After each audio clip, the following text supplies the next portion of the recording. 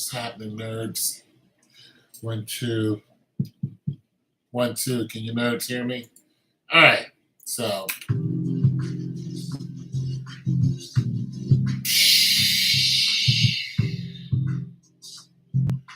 oh, God bless my words. Lord, let your spirit.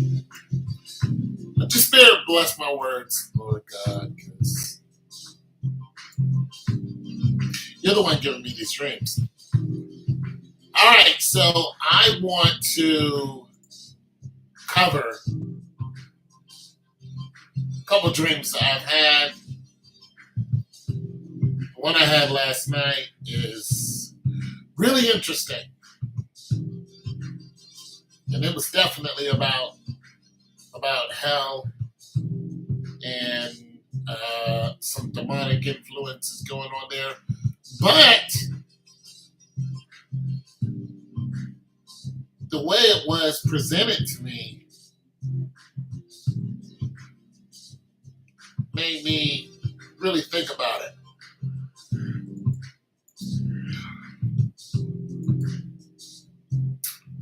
The reason why I'm saying that is because there was a date. There was it's like a futuristic date. And there were some other things that were pretty significant, like what people looked like.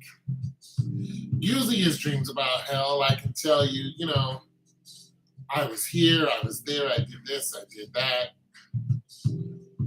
And in this instance, I was, okay, so I can't remember it all, but I was with a group of people, and we were in the future. It was 2065. Why that is significant, I don't know. But I was with a group. I'm not even going to make it to 2065. Man, I'm in my 50s, so yeah, that's a long time from now. But at any rate, what had happened was the world, okay, so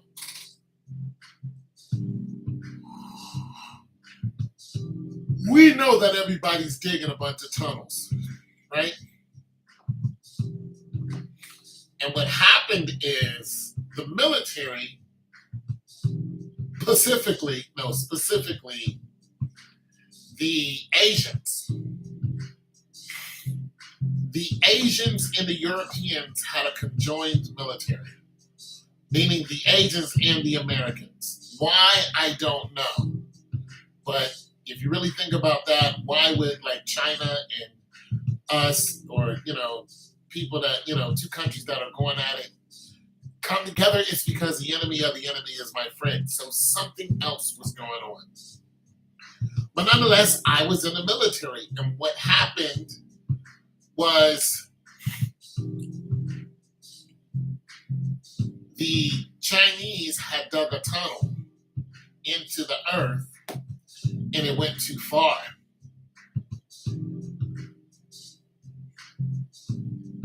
And it went so far that it went actually into hell. But they did this because it allowed you to go into some, far-reaching underground bunkers. And it allowed you to travel at a great speed and a great distance. So me and my team were called in, and we needed to travel into hell. And there was the way that we traveled, it was kind of like a cargo, almost like a cargo train type of thing, except you were the cargo. And you had to travel stacked up, laying down. And it was a white cargo like box. It just looked like a box, but it was full of soldiers. And it was very tight, it was very claustrophobic. And I don't know how many soldiers could fit in it, but not too many. But it was a fast ride, but nonetheless, it was a very, need I say, hellacious ride. It got very hot in there. And if that box stopped at any point, you and everybody on there, you were finished. So the box could not stop. The cargo box could not stop. But that has happened before with a box that stopped, everybody burned, everybody died. So the box, the cargo box really depends on the speed of it and nothing interrupting it. When I say nothing, I mean like no thing that interrupts it. And there's a lot of things that go on when you're traveling these distances through these places. So before we saw the only way to get from one place to the other, and we were going to this bunker, and I didn't want to go because I'm claustrophobic, and I asked for a specific drug that isn't created yet. Now, this drug allowed people who were traveling in this cargo box through the depths of hell at a high speed in a very cramped area, laying down, and it gets very hot. It allowed people to almost sleep through the whole thing. But basically, they didn't have any more. What's going on? They didn't have any more. And so, me being a claustrophobic, but I'm still a soldier, I still had to go. So the whole ride, I'm screaming. So we get into this box. We're all laying down. The thing takes off at a high speed. And we're going down, down, down, down, down until, we're going many miles down very quickly. And then we get to the depths of hell and everything heats up. The box heats up. All the guys in there, and they're all men. They're all in there. They're like, we're all in a panic, but we can't move because we're all, so tight. We can't do anything. We're just holding on. We're looking at each other. We're talking to each other. We see that it's getting hot. But we know that we're still moving, so it's good. So this cargo comes to its destination. We get out, and we head towards this metal door, this huge metal door. And we're running towards this door, and when we get there, there's somebody trying to open the door. There's people on the other side, and we know that we have to get into this door sometime soon. Well, whatever we travel through, these demons, they're going to come for us. We just know it. So there's a group of us standing, and we're looking at the way we came in because we know there's something that can come in after us. And we're talking to the person, and the people on the other side, we're telling them, hurry up and open the door. And while we're standing there, a guy walks in, an Asian dude walks in, and I remember he had on a green jacket. Now, we're all military, but he had on a green jacket, like these brown pants, and he comes in, and he looks like he's on our side, but his eyes are red. And he comes in, and he says, hey, guys, something to the other, and acts like he's real cool with us, and then he jumps at us. And immediately I say, in the name of Jesus, be gone. Boom, and I put my hand up, boom, and he disappears, right? And I turn around like, short work. We expect this to happen. Boom, then the door opens, they let us in. And when they let us in, before they can close it all the way, the same guy comes in, and he comes at me, and he jumps on me. So this is clearly a demonic figure who looks like a man. And all the soldiers in there were all, snapping out, and the guy jumps on me, and, I'm fighting with them, and I'm saying in the name of Jesus and things along that work. And then finally I, throw him, and I say, be gone in the name of Jesus. And boom, he disappears. We close the door. It's all over. And then I wake up. Now, there was some stuff before that, too, but I can't remember it all. That led into that segue. Once again, this is in 2065. Once again, this is a conjoined military of the Chinese and America. Once again, this is they dug deep into the tunnel. Now, let's do some references. We know that there are tunnels out there that are already being dug.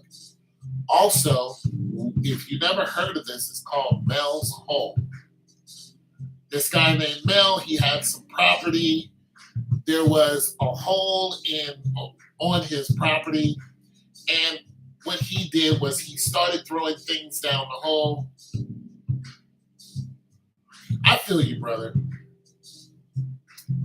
He started throwing things down the hole, and he was curious to how deep this hole went. Eventually, he got a whole bunch of fishing line, and he put it all together, and so on and so forth. It was miles and miles and miles, and it meant there was just no end.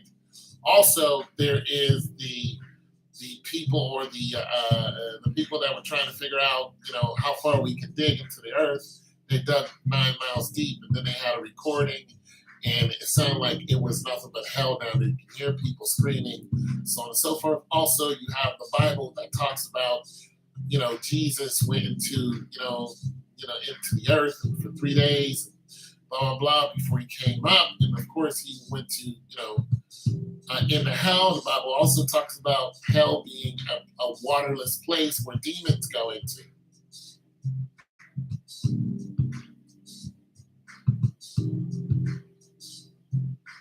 Yeah, but that's not hell. That's not hell. That's not what I see. That's not what I know hell to be. Still not hell, but it is hell-ish. So I agree on that. Not to mention, all of those fires were started at once. But so, anyways, we know that hell exists. We know that there is such a thing as hell. But but even before that, the day before that, I had a dream about hell, and I was standing in hell, and I was praying to God that nobody comes here. I was standing in hell. It was black everywhere, and there was fire everywhere, and I was, in the name of Jesus, Lord, I pray that nobody comes here. So, and I'm just praying. So these dreams mean something, and I'm not the only one having them. And I just wanted to, mention that.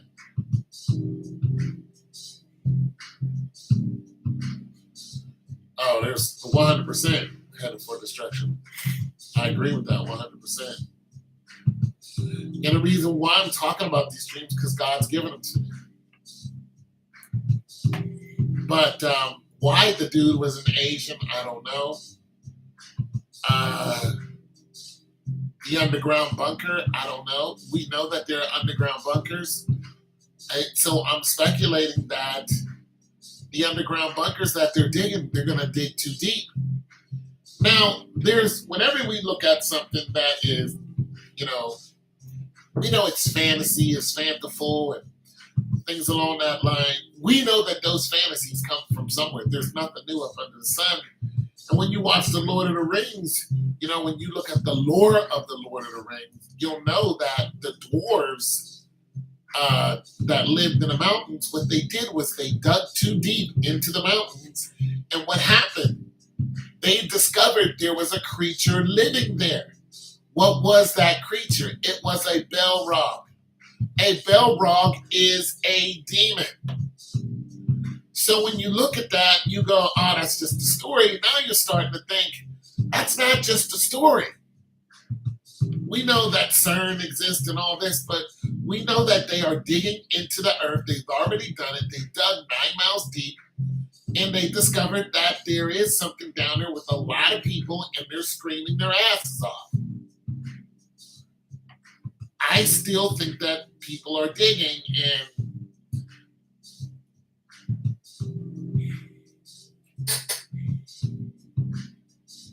listen, it's just time to pray.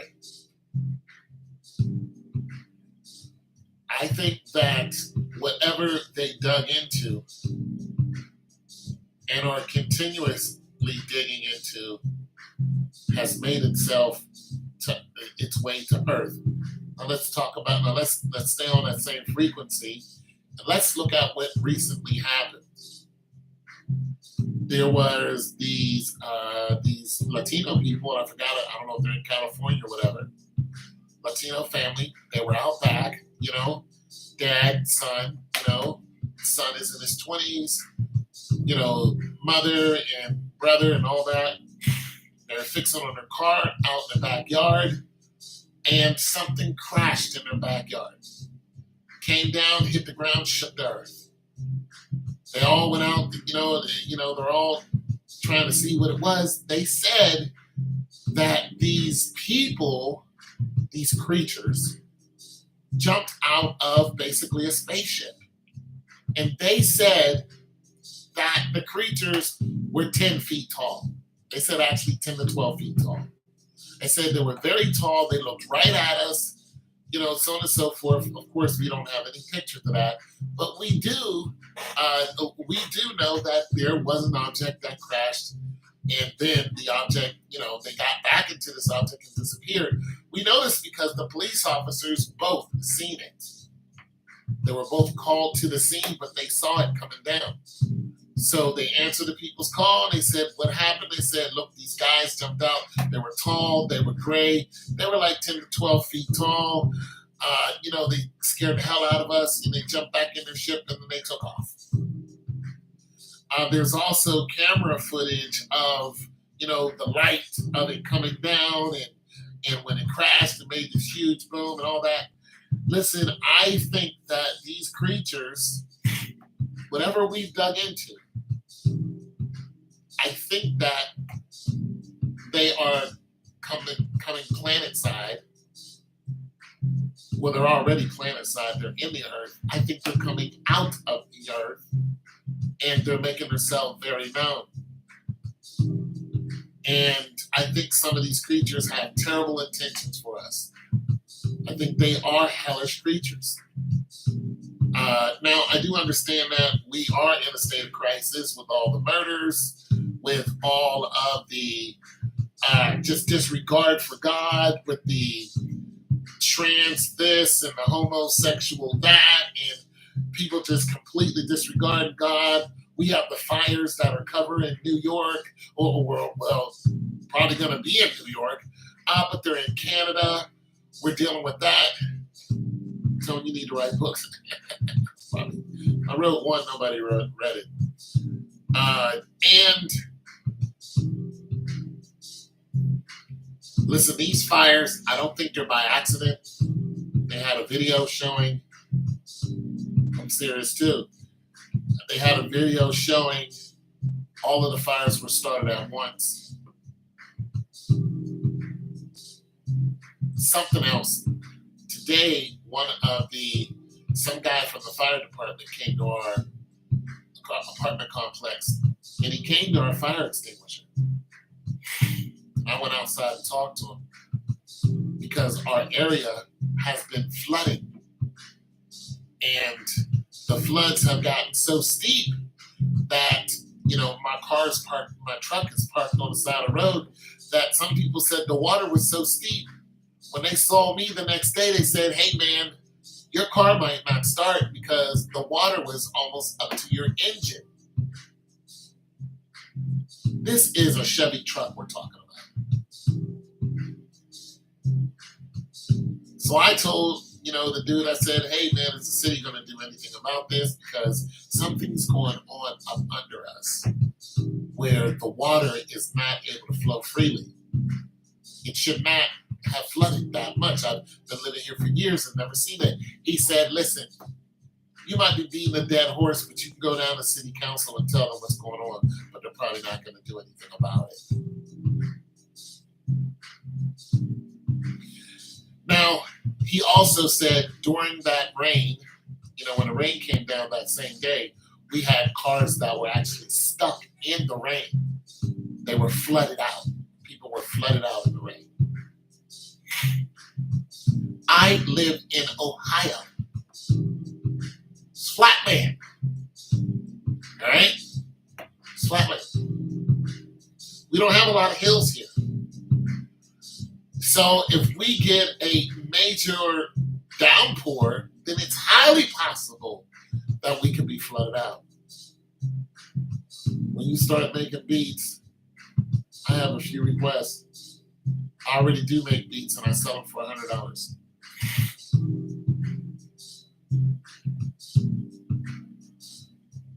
So I'm saying that the dreams I'm having are correlating with what's going on.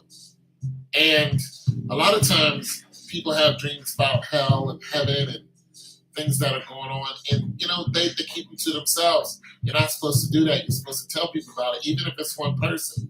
That one person can tell somebody else, and the story can go on and on and on. And that one person you might tell might say, you know what, I need to get myself saved. If any of you are not saved, you want to pray to get saved, we can do that right now today. I don't mind at all. We can pray, we can read the scriptures, whatever. Just get saved. Because hell is real, it is very hot, and when you get there, there's no escaping it. That's another reason why I've been, God's been giving me these dreams. He's been showing me, look, there is no escaping hell. You can't get out. You're not going to run and get out. You can't fly. You cannot escape hell. There's a great chasm that separates hell from everything else. You cannot leave. When you're there, you are there permanently.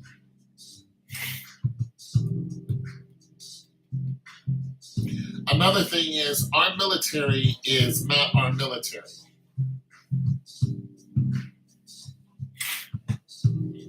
The U.S. military is not our military. We seen that on January the 6th, how the military was divided. So anything that the military is doing is not for America. They're not in the Ukraine because of the American people. The American people have nothing to do with the war in Ukraine. Those are all government contractors. Those are all very, very wealthy families who are fighting over territories and resources. It has nothing to do with the people. We didn't vote for this war. We didn't say, hey, send over billions and billions and billions of dollars and kill people. Has not one thing to do with the American people. The military is operating on its own fruition without you in mind. So know this. Don't say, oh, I'm an American and our army is over there doing something for me. They are not. They're not thinking about you. They don't care about you. You mean absolutely nothing to the U.S. military. Most of the money that we get from our GDP goes to the military. Like $560 billion goes to the U.S. military. That includes research, war machines, all that, which is what they're doing now. They're doing research. That's why they're firing off all those new rockets and all this new technology. The best way to test something is tested in the field, battle tested. So now they know what can kill, how it kills, because there's blood everywhere. There's hundreds of thousands of people that are murdered because of the United States. So know this. The retaliation of what the United States is doing will come to us in one shape, form, or fashion, which is probably what they want. And if your city gets blasted, by something, it's a so what? They don't care. They don't care if your skin melts off of your face, you and your children. They do not care. Thanks for the like. The military doesn't care. So know this. The research that they're doing into the paranormal has opened gateways, and now everyday people are experiencing hellish creatures that have no fear of humanity whatsoever. You can go on World Star right now and you can see that there's a white dude and other people in the house and his dog, broad daylight, lights are on, and there is a ghost that's haunting him. But the ghost has haunted him so much, he's fed up with the ghost. The ghost is in his basement, and you can see it coming out of the basement, and it opens the door, and the guy will walk over and close the door, and he'll say, man, not today.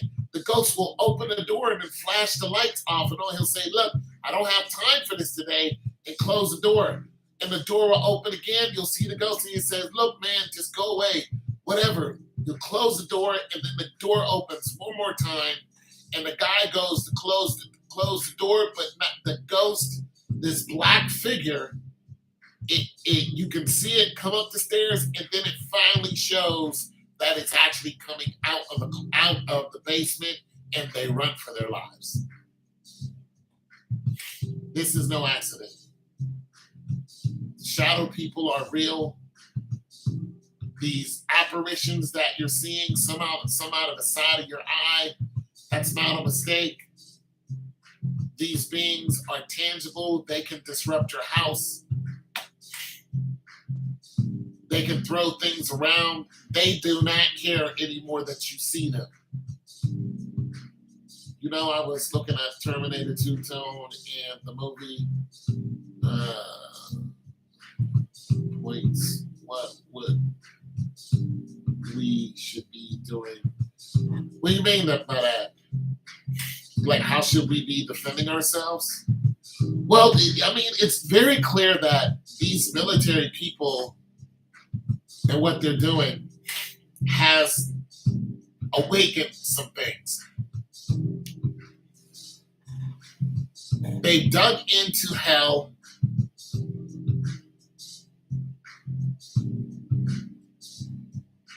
And now these hellish creatures have free reign. And they're coming into your house. People are seeing creatures that are coming right to their door. They got the children with the black eyes that will come to your door and ask, can they come in?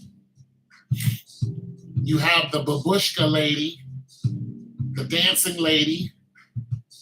If you stop her from dancing, she pulls out a knife and she guts you.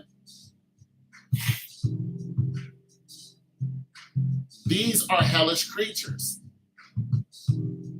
You have, I mean, there's just been so many of them that are showing their face. I've seen them in my house. I've seen them in other people's houses. I've had plenty of experiences with them. And listen, I don't go around thinking, oh, these are not real. I've had people with me and these things show up. Right here in this house, right here where I'm sitting.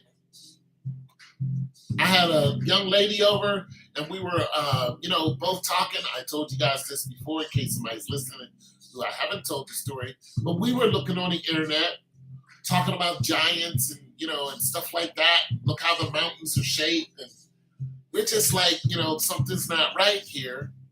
Now she has a son. At the time, the son was 11. The daughter was 17. And they have both been here before. And they were not here at the time. And then all of a sudden, we hear her son say, Mom. Son wasn't here. He was at school. We heard it both audible, just as clear as day, sitting right here. She looked at me, I looked at her, and she has never come back to this house. Never. I had one incident where this was years ago, like 15 years ago, where these people hired me to do the floors in their apartment building. And I had like 6 floors to do, plus the main floor. I knew there was something in there. And I kept praying because I was trying to get through this job. But whatever this thing was, wanted me to leave. Because once you see them, they see you. and it wanted me to leave, but I needed to get my work done. And then finally, I was almost, I was on the last floor. I was almost to the door, but this thing was after my ass. And I finally had enough. I couldn't, and I don't care what prayer I said, this thing wasn't going away. And I said, I need to stop talking to this thing. Let me actually talk to God. And then I said, Lord, if you want me to leave, give me a sign. All the lights in that apartment building went off all at once. I ran. I was talking to the wrong entity. I kept saying in the name of Jesus, be gone, blah, blah, blah. This thing wasn't going anywhere. I finally started talking to God and saying, okay, Lord, what am I facing? He was like, leave. When he said leave, I dropped everything in that house. I never returned. All the equipment still there. I never returned to that house. I've driven past it, but I never returned to it. All the lights in the house went off. Every single one of them. There was no thunderstorm. There was no power outage on anybody else's house, on the block, nowhere. Everything went out. Boom. It was like a dream. As soon as I said that prayer, and I believe it was God who turned those lights out because he needed something to happen to where he knew I was going to react. And I reacted just like he wanted me to. Get out. Something was in that house. And what's really crazy is the women who own that house, black women who own that house, they did not know it existed there. I knew it. I felt it. But I'm saying, when you say in the name of Jesus, you know, everything has to recognize the name of Jesus. Everything falls under the name of Jesus. When these things do not heed to the name of Jesus, you got to start talking to Jesus. Like, okay, what is this creature? He's going to remove you from the situation. If these things don't move, he's going to remove you. And it's not to say he can't remove them. But Christ made it very clear in the scriptures when the apostles were going out and they were telling demons to come out of people, which is what you're supposed to be doing. The one demon that was in the man, he said, I know Paul, but I don't know you. And what happened is the man jumped on these two that were trying to call the demon out, and he beat them up. He's like, I don't know you. The demon didn't know you. So I don't know if you're not operating with enough power, but if the demons aren't familiar with you praying against them, you being a prayer warrior, then they're going to jump on you. They're going to whoop you. They're going to take you out of here. And so they ran. So, my, saying this, that, and the third and using prayers, it didn't work. That spirit, that demon did not know me. It was like, you're going to have to come harder than that. And the Lord was like, get out of there. And I left. So I'm saying that to say this, some of you who are not praying, you're going to come across these creatures. Listen, this is all tying together with this dream I had. If they're digging in the planet and they're unearthing some of these spirits, which is exactly what's happening, and they're disrupting the spiritual world, they're digging into hell. They've dug 9 miles down. But now there's dwellings there. They're going into these dwellings to see what these spirits are about. And, they're communicating with these spirits. If they're doing this, then guess who's next? They're coming to the surface and they want to talk to you. They want to convince you of whatever's going on. They want to have your mind. They want to have your children. All this stuff that's going on in the schools, those are demons operating through people trying to indoctrinate their children and pull them away from the love of Christ. That's exactly what's going on. It is a war. And if you're not prayed up, then those demons don't know you. You do not have enough holy power to tell these demons to get out. There's something that you're doing that's allowing these demons to come in. And once they get in your house, they don't leave unless you do certain things. Now, some of the things that you can do, for one, get saved. For two, fasting and praying. And the scripture talks about this, especially for, certain particular spirits like lust. These spirits won't leave you unless you fast and pray. Why? Because it is a type of sacrifice in order to get to God. There are levels when it comes to getting to God. When you say you know God, when somebody says they know you and you went to school with them, high school with them back in the day. Yeah, I know them. I went to school with them. Do they really know you today? You're 40, 50 years old. Do they know you? You ain't talked to them since high school. Do they know you? No, they know of you. They don't know you have a wife and kids. They don't know how old your kids are. They don't know what your kids do, what your kids like, what your kids dislike. They don't know if your grandparents are alive or not. They don't know what you've been through. They don't know the jobs you have, so and so. They don't really know you. They just know you from high school. It's the same relationship when it comes to God.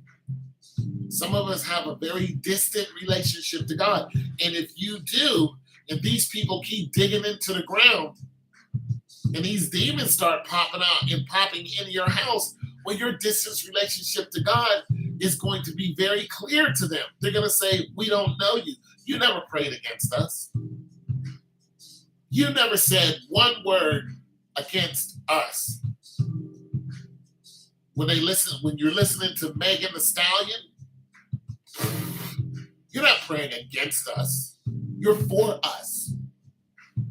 When you're listening to Sam Smith, Beyonce, they can come into your house and live comfortably, but you don't know that they're there until they start physically manifesting. And when they do, now you see what you're up against. These are not beautiful beings. These are very hellacious creatures who want nothing but destruction for you. That's it. That's all. They want you. They want your children. They want your husband. They want your wife. They want all of you.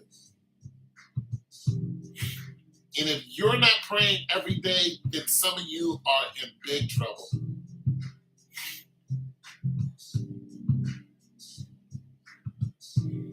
The more the military does underground, the more science, that's their excuse, science, the more scientifical they are with CERN, the more scientifical they are with is hell real and talking to spirits and talking to demons. That's what they're doing. Familiars. You're listening to Kevin Gates and familiars. And look, there are even people who call themselves Christian witches. I've ran into some of them on Facebook, a group of black women talking about that they were witches. I was like, you're a what?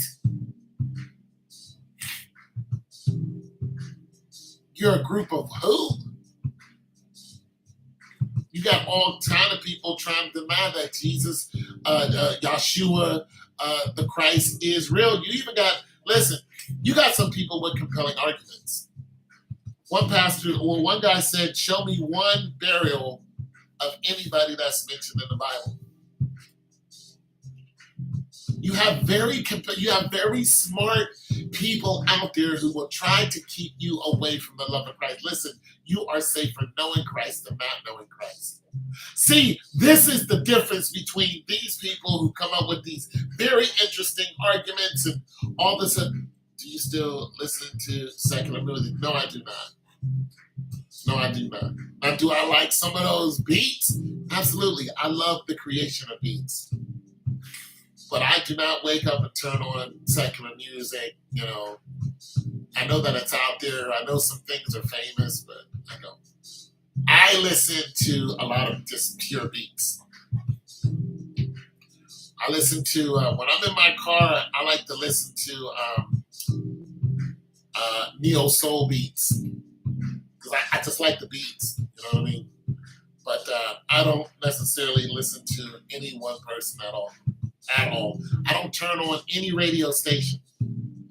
I also don't watch TV. But I am far from perfect. You know what I mean? So don't look at me and don't tell this. No, hell no. Hell no. I still like, hey, man, I'm still struggling, but I'm smart enough to pray. Well, it's not smart. I'm just, listen, I don't ignore God. I'm like, okay, Lord, I'm a single man. I still like, tig old bitties. You got to help me out. You got to help me out because, you know what I mean? I'm a man. I still like females. I'm just by myself. Like, I'm struggling with that. You got to help me out.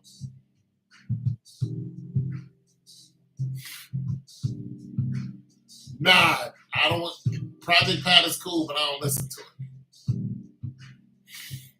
But I also recognize a lot of what these rappers are doing, especially ones like Project Pat. They're talking about what's going on in their neighborhood. So when I hear just people talking about what's going on in their neighborhood, I understand that. I'm like, you're rapping about what's actually happening.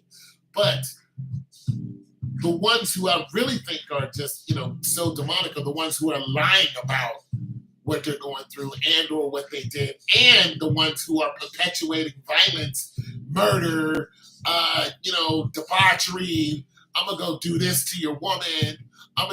They're just saying a whole bunch of bad stuff that they don't do, they haven't done, and then the people who are listening to it are actually going out and doing that. You know what I mean? Like, come on. We know a lot of people who say they're gangsters ain't gangsters. We know that there's a lot of groups that came out in the 90s who were like, yeah, I'm a gangster this, I'm a gangster that. You guys are not gangsters. You guys are not out there gunning people down. You're not doing it. And you're terrorizing your own neighborhood.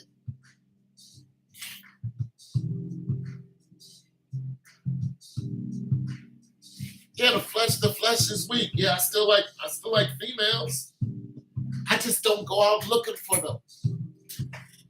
I don't go to the, you know what I'm saying? I don't go to the clubs anymore.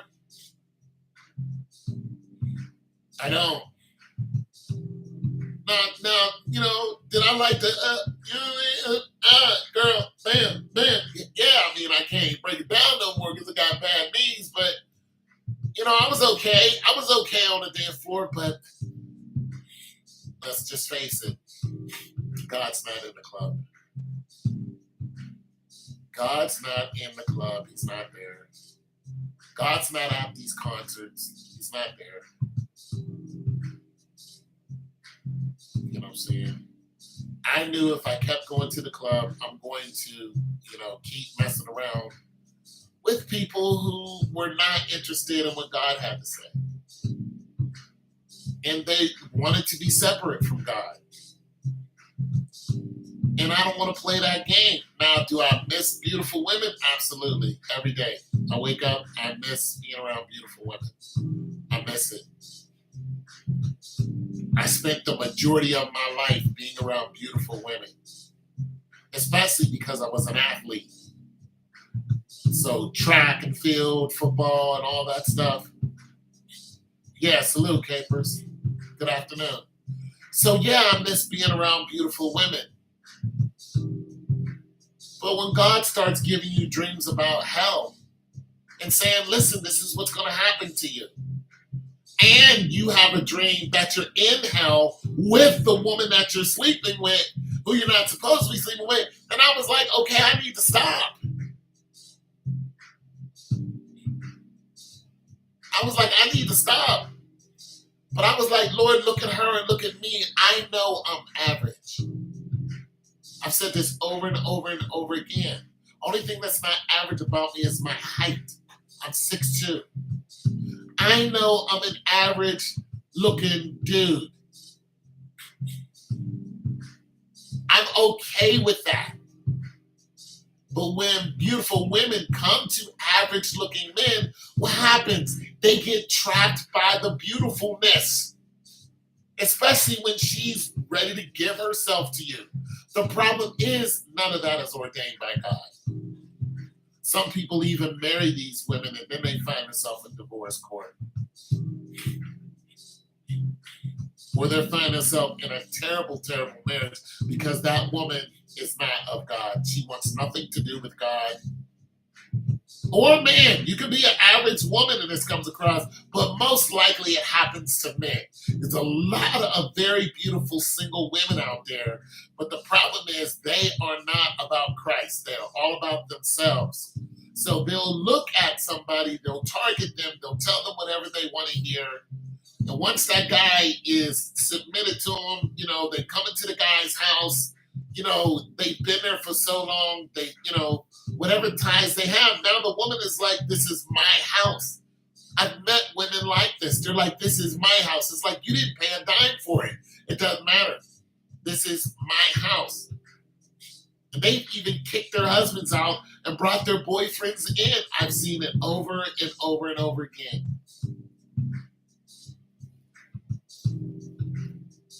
But I'm just saying it's easy for an average man to get caught up in a very beautiful woman. And now we know that the amount of women that are alone and are looking for a man, that number has blown up. It's just off the charts. It is completely off the charts. But so is the divorce rate. So is the infidelity rate. Now men are like, listen, I just can't, run around, with my nuts telling me what to do. I got to be smart. And now you have a lot of men who just don't want to get married. So yeah, I got my issues just like everybody else. The good thing about it is I'm getting older. The older I get, the less desire I have to be with someone. It's the prettiest women that have the lowest self-esteem. Well, and that's another thing. You can boost a woman up, tell her she's beautiful. You can do that every day. You're setting yourself up for failure. Now, listen, I don't have this whole thing against women. It's just that I lived another life before this. And it had everything to do with females. So I learned a lot from dealing with all kind of rich females, poor females. I learned a lot from them. They all do the same thing. If they listen, you can have a woman who's working at the same job you're working at, and you could be head over heels for that woman. She'll still think that she could do better than you. You can pull a woman off the street. She has nothing, and you're working your ass off. Guess what's going to happen if you pull her in your house? And she is ungrateful. You know what's going to happen? She's going to think that she can do better than you. She's going to be like, okay, you make what? Average wage, 42. You're going to work every day. You make 45 a year. I'm a bum. I have absolutely nothing. I got evicted from my last place. I'm not working. I have $0. I've been here for 2 months? Now I'm going to start acting up. I can do better than you. You're like, you have nothing. Yeah, but you only make $45,000 a year. You kick her back out on the streets. Because women are hypergamous. That's how they do. If a man comes by and he's making $10 more than you, a year, she's going to be like, I'm going to go with this. So, yeah. Do you see yourself getting married in the future? That is not up to me anymore. That is up to the Lord. If the Lord, presents me with a wife and says, hey, go this route, then that's the route I'm going to go. But at this point, it doesn't look like it. But I'm not God, so, once again, I do not go out looking for women. I may see a smile or two that I like and give them a compliment, but most of the time, I don't. Relationships aren't worth it. Yeah, I'm gonna go ahead and agree for the most part, but there are still people who are getting married and they're happy. There are still good men and women out there. So I don't think that everybody is, rotten eggs. I believe that, listen, if you're rooted in this world and the worldliness that's going on, if you are letting your child be exposed to this whole trans whatever garbage and you're believing in it, then stay the hell away from me. If you're an advocate for this whole mess, this homosexuality mess and all, you are not my partner. And I've dealt with a woman who was, on that level. She was like, yeah, it's okay. She wanted to come to my house and watch Glee. I said, no, we're not watching that here. She said, no. I said, no, we're not. And she knew I had it bad for her, but I had to stand somewhere. I was like, no, we're not watching that here. Ain't no two men kissing up in here. We're not watching that. Just a constant, I got to deal with the constant barrage of homosexuality in my, no, I'm not doing that. I'm not. I don't accept it. I don't want to see it. Hell, I had to skip through some of Game of Thrones because of that. I was like, man, and now just about everything has some type of, man kissing a man. Some of my favorite shows. I'm waiting for the show to come out. Here's a guy who's got to kiss another man. I got to turn the show off. I'm like, damn, this was getting good. It was getting good. Everybody's got to be included. No, they don't. No, they don't.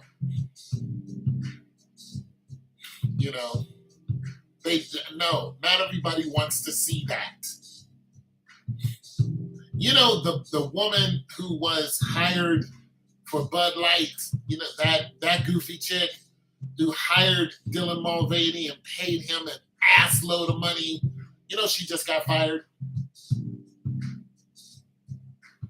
They say she's on paid leave. No, you're fired. You guys, you have to protect yourself. Once again, I'm not perfect. I'm not telling you to be perfect. I'm telling you to read the Bible. I'm telling you to pray. Everybody struggles with this. Everybody struggles with prayer. Everybody struggles with giving time to the Lord. Everybody struggles with titties. Titties are everywhere on the internet. Titties are everywhere outside. Everybody struggles with titties. Don't sit up here and be a man or a woman and think you're not going to have some type of natural feelings towards procreation because you accepted Christ in your life. Once again, if any of you don't have Christ in your life and you want to pray about it, we can do that. But don't be a young man, especially young men. Young women go through it too. But young men, old men, doesn't matter. But don't sit up here and and just hold all the no. Go to the Lord and say, Lord, I got an issue. Don't be foolish. You can't handle a lot of things on your own. You're gonna be beating off the pornography every day. You're gonna do it, and it's addicting. Those spirits are gonna come right through your TV screen, and they're gonna hold you. And then every day you're gonna be whacking off the pornography. I'm trying to tell you, do not try to handle it on your own. You are not the master of your life. The things you used to do, you don't do no more. If you're old like I am, you old men, you old women, you're looking for some young thing to come to your door, it's not going to happen. You're old. It's not. You hear some of these female coaches, they're like, I don't want to deal with old women because they have unrealistic realities. Don't be unrealistic. The reality is you're a certain age, there are a certain group of people who are attracted to you. That's the reality. You look like this. This is what's attracted to you. Talk to God about your issues. If you don't talk to God about your issues, you're going to get ran over. You're going to be fantasizing about something that's not going to happen. And the devil's going to have you through your fantasies. You are. Some of these old women want these, young dudes to come in their house and blow their back out and give them a PlayStation 5 and think that these kids are going to stay. They're not going to stay. This guy's 20 years old. He goes to the university. What do you think is at the university? What do you think is there? Other women his age. He might come see you once every 2 months. You're old. You're 35. You have money. He doesn't. Some of you sugar daddies. Some of these tween, these 19 something that just got out of her dad's house and wants to be, a hoe. You run into these chicks on the internet, you guys are putting all your money in their pockets because they bent over on a camera. Cut it out. Cut it out. Turn that off. You'll never have her. Listen, even if she came over to your house late at night and bent over butt naked, that is not yours. She's going to get up. She's going to leave. She's going to take your spirit with her. She's going to take your money with her. She's going to run off to somebody who's in her age bracket. She is going to ghost you. And you're going to be spiritually attached to this little strumpet, whatever she is. And you're going to be crying in the middle of the night because you're lonely. You're going to hurt yourself messing around with these people. Now, in some instances, some young ladies actually do prefer older men, and they marry them. So there are cases like that. So I'm not saying everyone. You do have 22-year-olds dating 45-year-olds, and they actually get married because they get along. There's an age gap there, but they don't care. This is actually pretty damn normal. All the way up until recent, all the way up until like the 90s when they started attacking men who were in this situation. It's like, wait a minute, I just got my stuff together. I'm 40 years old. I got a nice, 3-bedroom, 2-car garage, a truck, and a nice sedan. I'm not married. I don't have any kids. And then here comes, Lisa, who's had her eye on me since, whatever. She just graduated from college. She has a degree. And she's like, listen, guys my age don't have it together. You, however, you over here doing things. What say we put a plan together and let's go ahead and do it. I'm 21. You're 41. You can still get some children out of me. We can have a great life, build a legacy. I could be a grandmom. What do you say, Tom? Tom's like, absolutely. I'm with it. He gets what he wants. She's young. She's fertile. She still has eggs. She's legal. She's smart. She has a degree. There's no harm, no foul. But what women have come along and done, especially spinsters, they go, this is bad. When she was 12, it's like, what are you talking about? they automatically jump down a man and they jump down a man's throat and then they shame him. And now men are afraid to even approach women because they get shamed. And women are starting to feel the backlash of that. Now women are not getting approached because men have been shamed publicly. They've lost their job. They've lost their pension.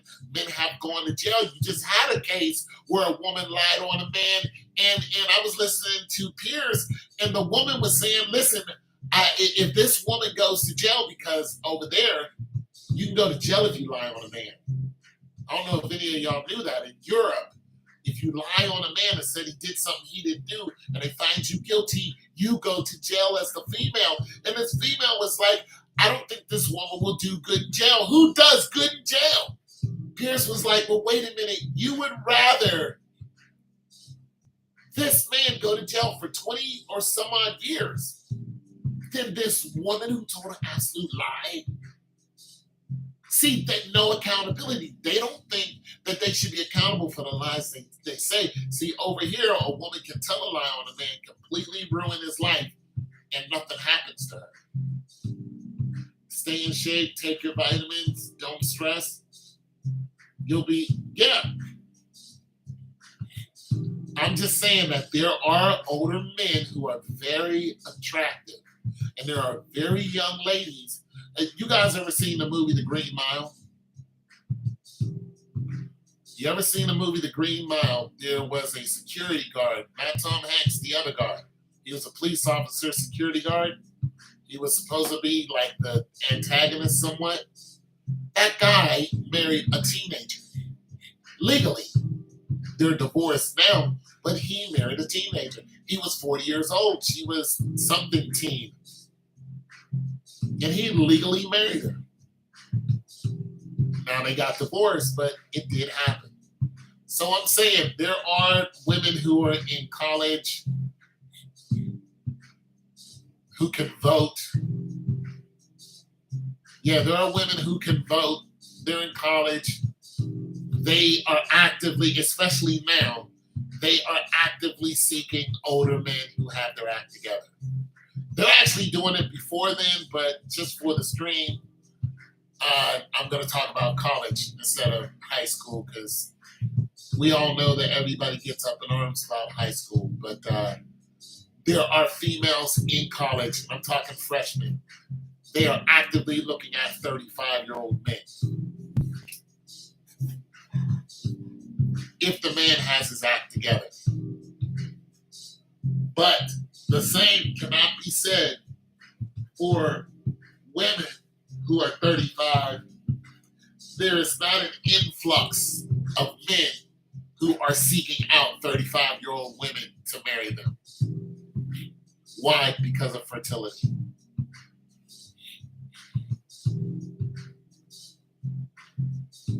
So, guys, don't be ashamed if some young, beautiful woman is with a good head on her shoulders, is interested in you, and you feel like, look, I'm a little outdated.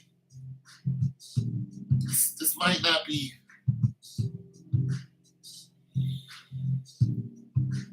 I got approached before.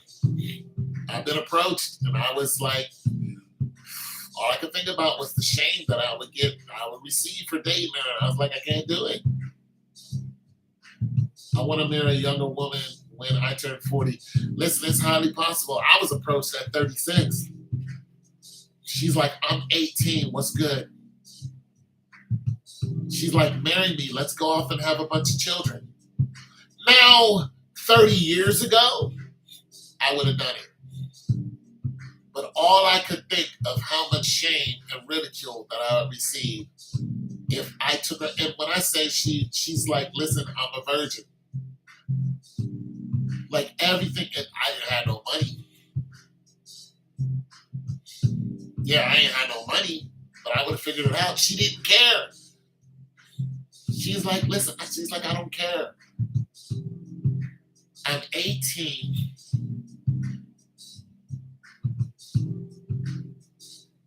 She said, let's get married. and have a bunch of children. That's what she said to me. And I had to tell her no. And I said, no, because you're too young. I saw that woman about 2 years ago. She was with a guy older than me. Now she's around 28, 29 now. But she just looked at me and then she walked away with her older dude. And I was like, you were serious. You got an older dude. You like older men. An older man wasn't, you like older, you were just raised to like older men.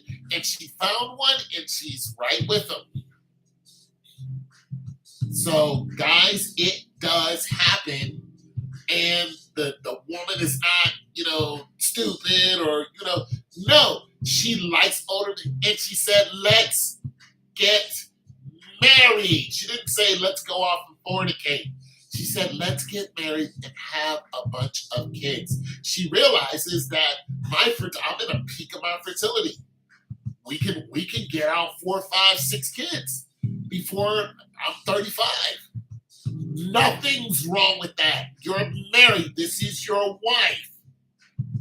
Don't let people shame you guys anymore. If you got your act together and you can do it, by God and country, do it if that's what you want to do. It's going to be a struggle, but everything else is.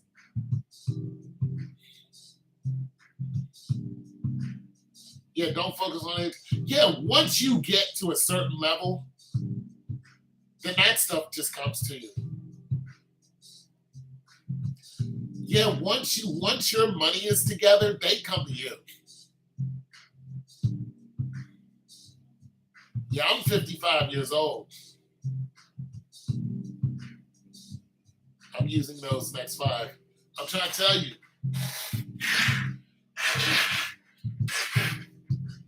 Get your act together.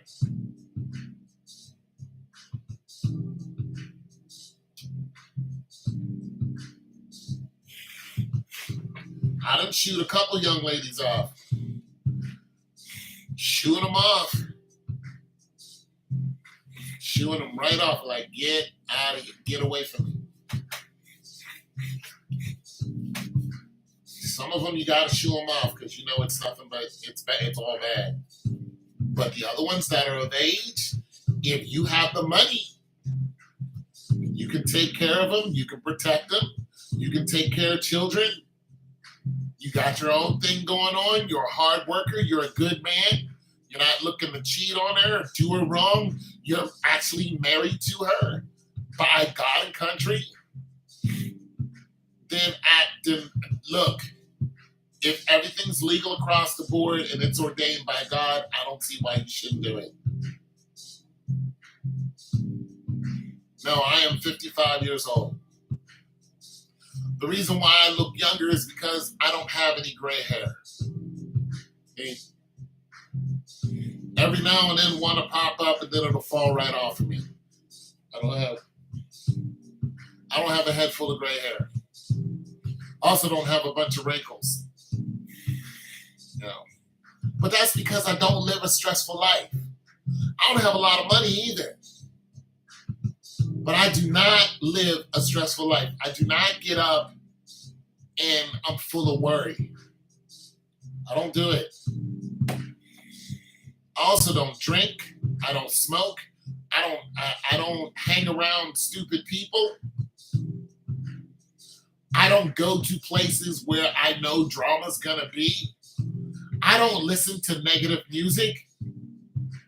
All the music I listen to is positive. I live off of positive frequencies.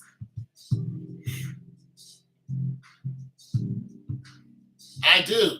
Now, some of the stuff I might see on WorldStar, I go there to find out what's going on in the world, and of course, a lot of it's negative. But I don't, oh my God, I gotta watch WorldStar. No, I don't do that. I don't have a TV, so I don't watch a lot of these commercials that are constantly fed to you. I don't. There's a lot of stuff that I don't do. So like I said, I don't live a stressful life. And when I was younger, I ate very healthy. I ate a lot of apples, you know what I'm saying? I did a lot of exercise. That helped carry me into, where I'm at now, where I don't exercise as much, but I still work out. I can't do what I used to do, but I have when I was 17. I had some Reuniti, and I totally lost it off of some wine. I was goofy, and that was it for me. I've never drank beer. I've never had liquor. I've never done any drug. I took a hit of weed once when I was 14. I passed it, got up and left. It's just not my life, you guys. I'm not telling you what to do with your life. I'm telling you why I look like this at the age of 55. I'm still relatively strong. I can still put up 300 pounds. Right now, my deadlift is at 365, which is not bad for somebody with a bad back. Not bad at all. So, yeah, I'm not trying to be, crazy with it, but I'm not terrible. I'm out of shape a little bit. I could stand to lose about 40, 50 pounds, but yeah, not too bad. Yeah, I'm okay. Got some aches here and there, but yeah, you got listen. Jesus loves you guys, man. Jesus really loves you guys. Like he loves you guys. Like when God took Jesus, Yeshua, and he had all those things done to him, and then he went into hell. He suffered for us. So talk to God, man. Listen. You guys got spirits talking to you every day, but you won't talk to God about it. Trying to get him the 505, I don't think that's wise for me. I was actually told that, I shouldn't put that much stress on my back by a doctor. So, here's the thing. I know that I could get up to 505. I know that because of the way 365 feels right now.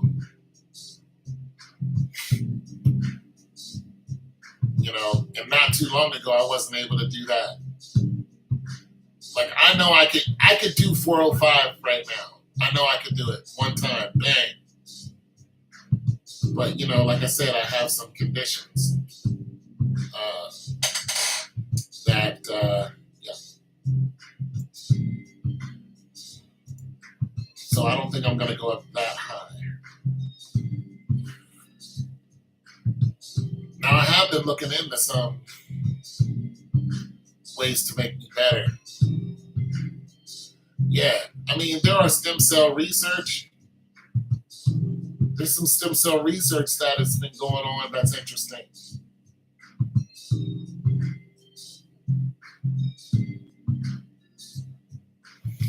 Yeah, don't smoke weed. I don't care what people say about it, don't smoke it. And do not drink alcohol. It's terrible for you.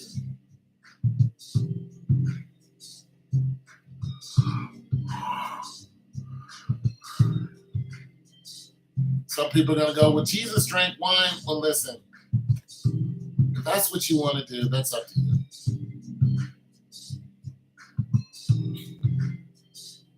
That's between you and God.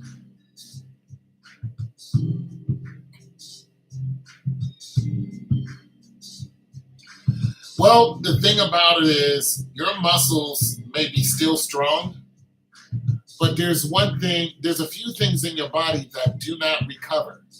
One of them is cartilage. So in your spine, you have cartilage that separates your bones. Those herniated discs, yeah, when you start feeling that pressure from herniated disc, that's a bulge in your herniated disc. If it collapses, that's it for you. That's it. It's wheelchair for you. That is it. And this is why some people have gotten stem cell research, because if you can put stem cells in there, it actually recovers that. It costs about 20 grand though. Some other things that happen too when you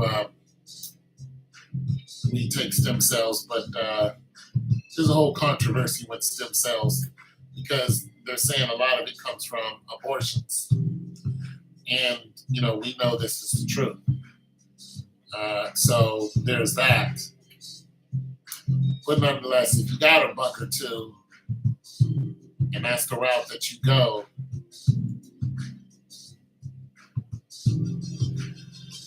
Ronnie Coleman is a good example of what not to do.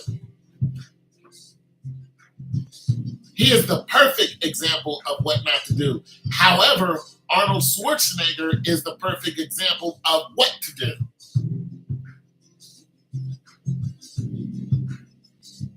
Yeah, Arnold Schwarzenegger is 80 years old. And he still played the Terminator in, I think, Terminator 3 or something, or 4. He played the Terminator. Like, he's not a small man. Well, Ronnie Coleman was jacked up. He was jacked up and hopped up on these. That's the thing. When you take these steroids, they tell you that you can do something and you should keep doing it. However, it doesn't stop the consequences of one. Okay, steroids do not heal your body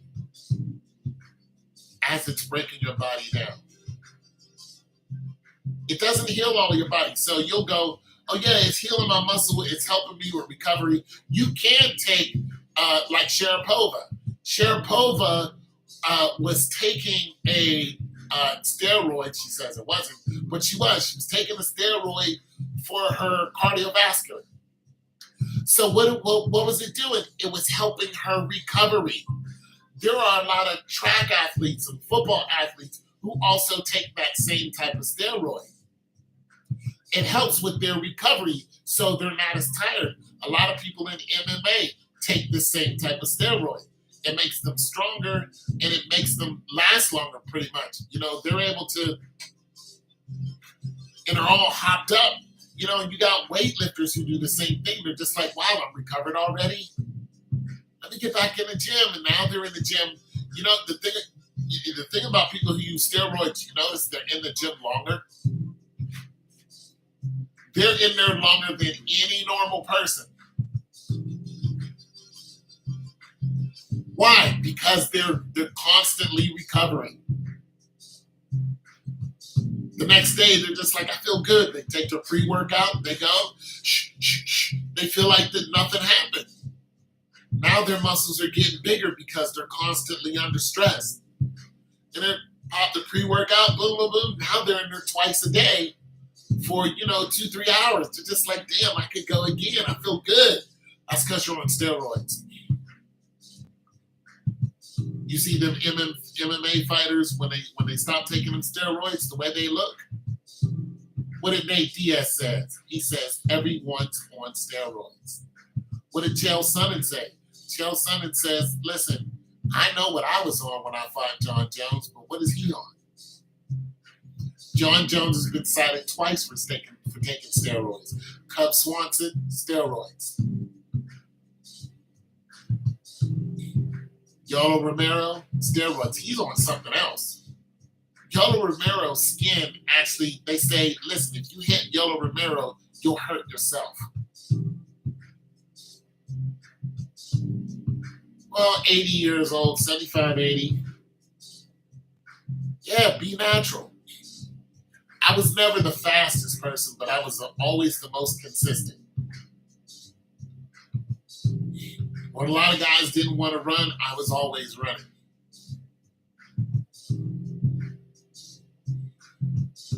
I had a very low, I had a resting heart rate of 44 at one time.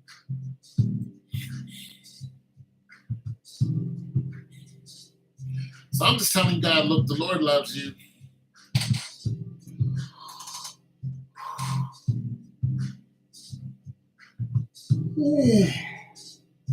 Some of you guys don't want to believe that, but He really does. I don't take pre-workout. I don't take powder anything. I don't take protein anything. I eat, and that's it. Now, I'm sure that I could go get some whey or some of that, vanilla, whatever, or chocolate or strawberry this, and mix it in with some whatever, drink it, and I'll be. The problem is, if it's unnatural, when you stop taking it, the fall is just too great. The fall is way too great. A lot of times when those guys get off steroids, they are slow. They're super slow. They can't lift as much. Look at some of them bodybuilders and powerlifters. When they get off them drugs, they're not climbing up under 495. They don't want nothing to do with 495, let alone 600. They're not going to sit there and rep out 505. No. They'll get up under 315 and they'll stay there. And they'll rep that out for like 5-6 times and say, okay, I'm still strong.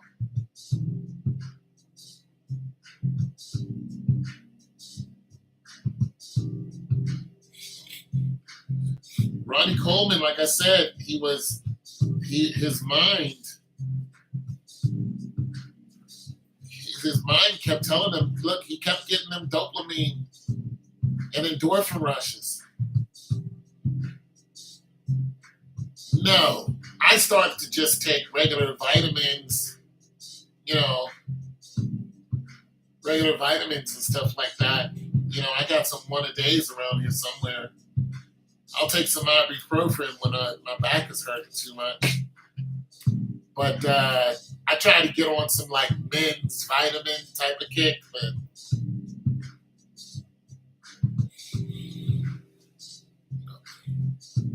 didn't work for me. I still got a whole jar of them. I got some flaxseed oil. What's that do?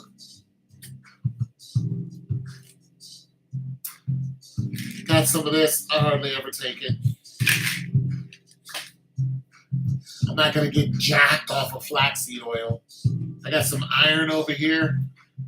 A little iron. I'm not gonna get, jacked off of iron, you guys. I'm not interested in being the biggest guy in the gym. I'm not. I'm not the biggest. I'm not the strongest. I'm not the fastest. I don't care about none of that. When I see big dudes in the gym, I'm like, that's a big dude.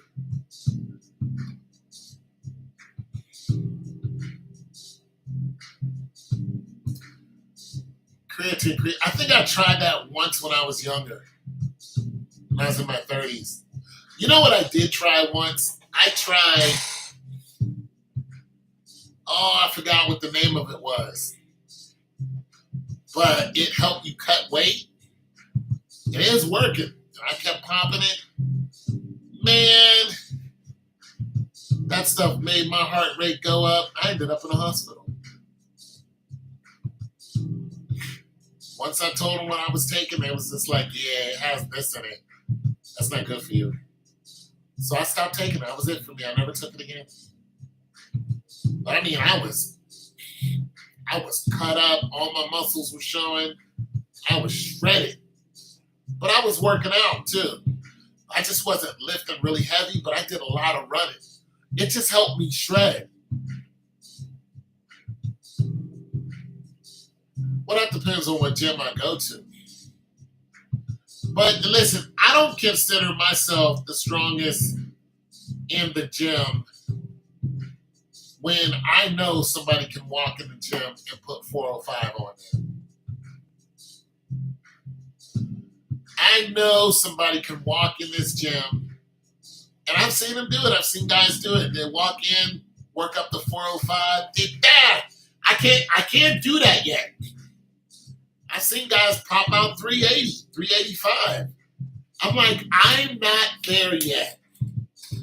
I'm gonna keep working on these shoulders, and then one day I'm gonna be able to strong arm, 405. First, I'm gonna do it on a Smith machine. But like I said, the Smith is a lot different than doing it on a regular bench, because the Smith, you don't have to control the weight. And it's like 25 pounds less. So 405 on a Smith machine is actually, what's that, 385? Something like that, right? You guys do the math. Oh yeah, I'm doing it all natural. I don't mess around. So yeah, that's 385. The most I ever benched on a regular was 335. No, wait a minute. 315, 25, 30. Yeah, 35. I cranked that one time real easy. I have it on YouTube. Yeah, when it comes to age, it's not a real strength thing. I'm gonna tell you what. When it comes to the age, it's the repetition. I do not have the energy to get into the gym and spend hours in the gym like that. And like I said, this is where steroids come in. This is where people take steroids because they can get in and they can recover. And not only that, they can break the muscle down, and then that muscle recovers faster, and that's when you get big. That's when you get huge. You see a guy, last year he was normal, this year his chest is sitting out here. It's because he's been breaking them down and building it up, and it's just happening so fast. I've seen guys goes from being just huge to just average in months. It's because they stopped taking them roids. I'm gonna grab a water, you guys. I gotta run downstairs. Stop taking them steroids.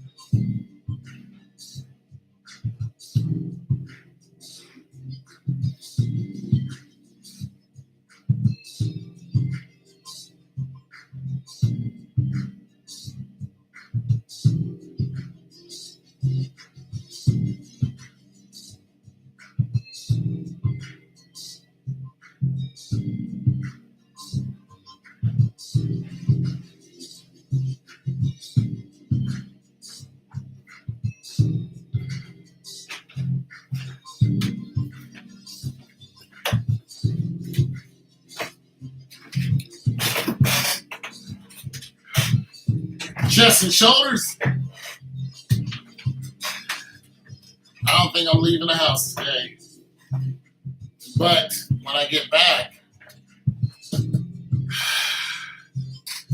I'll be working on chest and shoulders. Chest, shoulders, back. No, I think next time I go to the gym, I'm working on biceps, triceps. I've been neglecting my biceps. I need to work on my biceps some more. I need some more arm strength. It's always good to have some arm strength. Always good.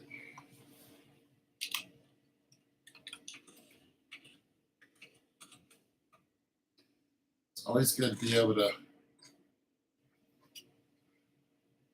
especially when it comes to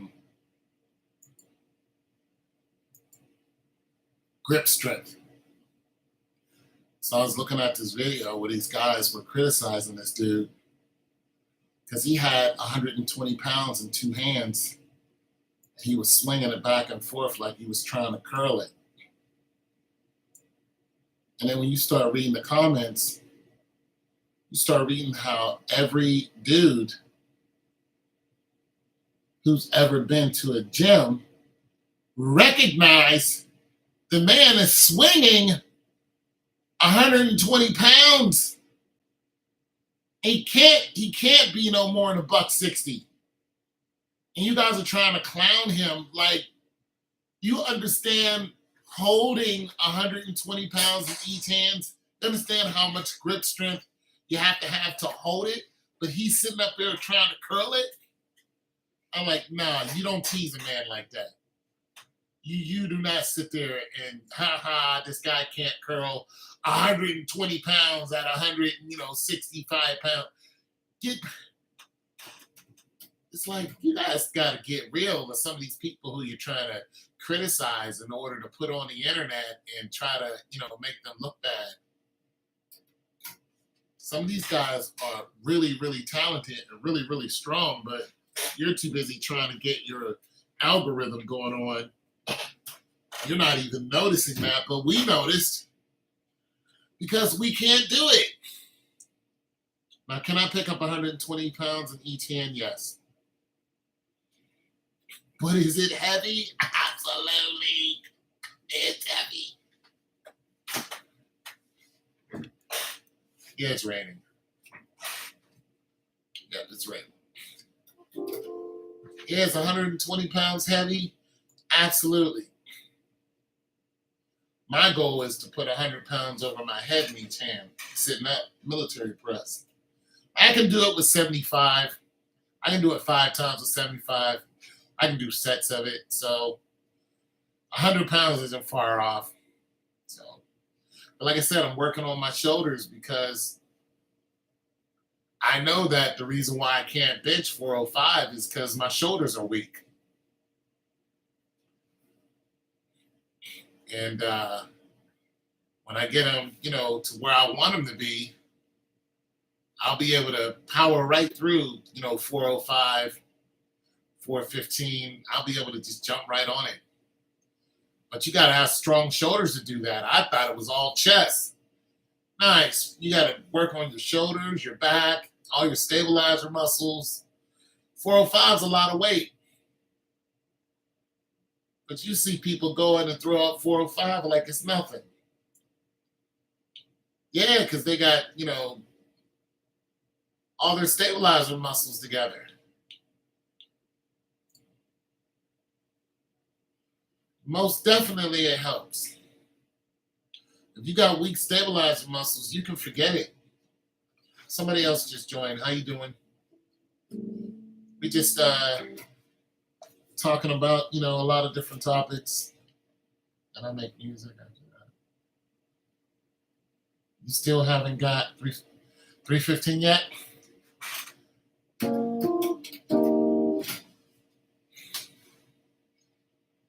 Well, yeah, 315. Do some shoulder exercises. All I can tell you on that. Get them shoulders strong, man. Hit them dumbbells. Yeah, man. Your shoulders, triceps. Get them shoulders together. And I don't mean to be cosmetic because you got people who can lift a lot and you got people who look like they can lift a lot. The people who look like they can lift a lot, they're not as strong as the guys who can actually go in there and do it. You got your Aaron Donalds, and then you got, people who just look like they can lift. Nah. You got people who can go in there and crank 500 pounds on the bench like it's nothing. They're not worried about cosmetics. But you gotta pay attention to your stabilizer. I thought the same thing too. I was like, man, I can just bench. Next thing you know, my shoulders were going out on me. I got a rotator, I had to get surgery. I'm like, damn. And now both of them are hurting. But I got surgery on this one. This is why I can't squat, like, hold the bar. Because I can't hold the bar all the way back. I have to squat like this. Because I had surgery. So yeah, you get your shoulders together. And then you start working on a heavy weight. And you won't pop your damn shoulders out like me. Once they get big enough, you'll be able to you'll grab 315. Good. It'll go right up. You'll be like, damn, that was easy. That's because your shoulders are getting together. You're getting them together, getting your back together. You get your triceps together. You know what I'm saying? Doing some incline bench press too. Yeah, that 315, it'll come right up. He'll come right up. Now, the real battle is getting past that. Once you hit that 315 landmark, woo! Woo, boy. Hardaway, what's your bench press? See, Hardaway goes to the gym all the time. Hardaway, what you're at, about 405 or something?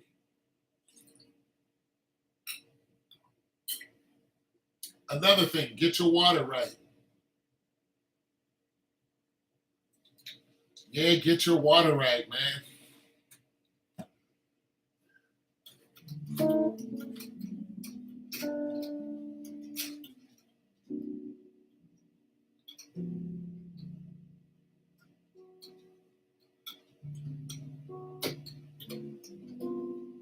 Get your water together.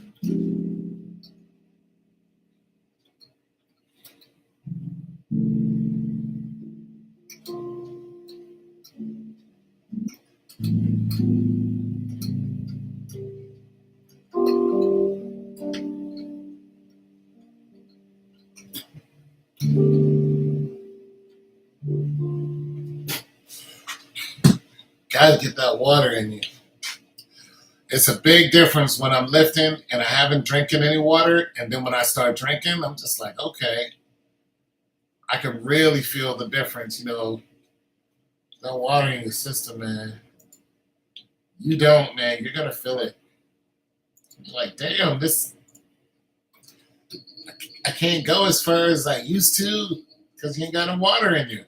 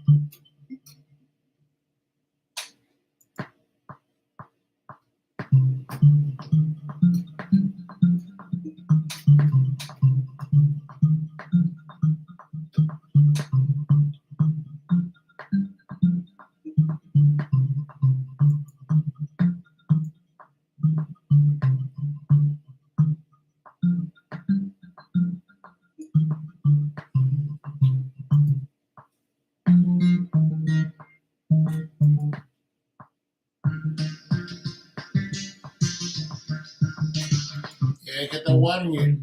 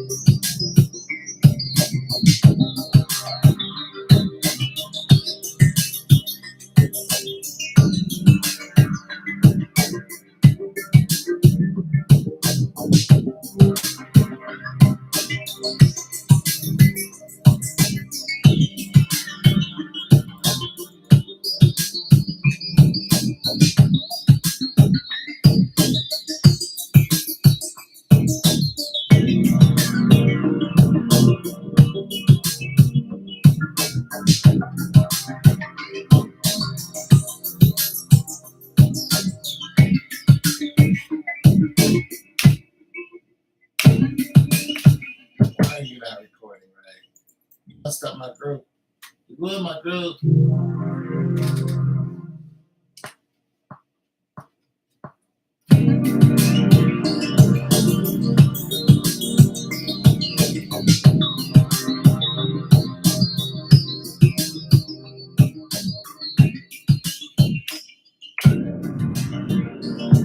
Okay.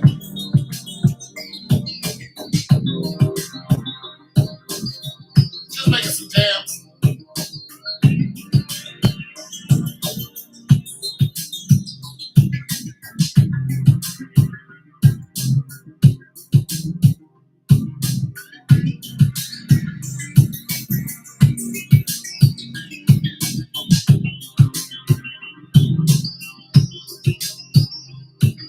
Hello. Snapping.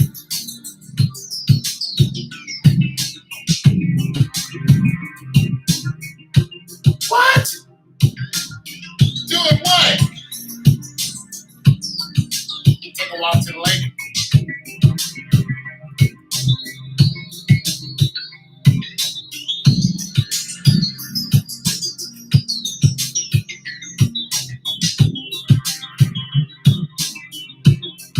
Go to the lake.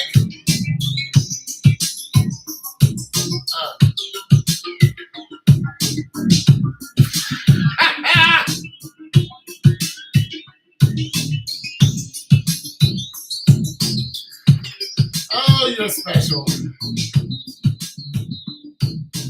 You are a special child. You're special. You are a special shade of soul.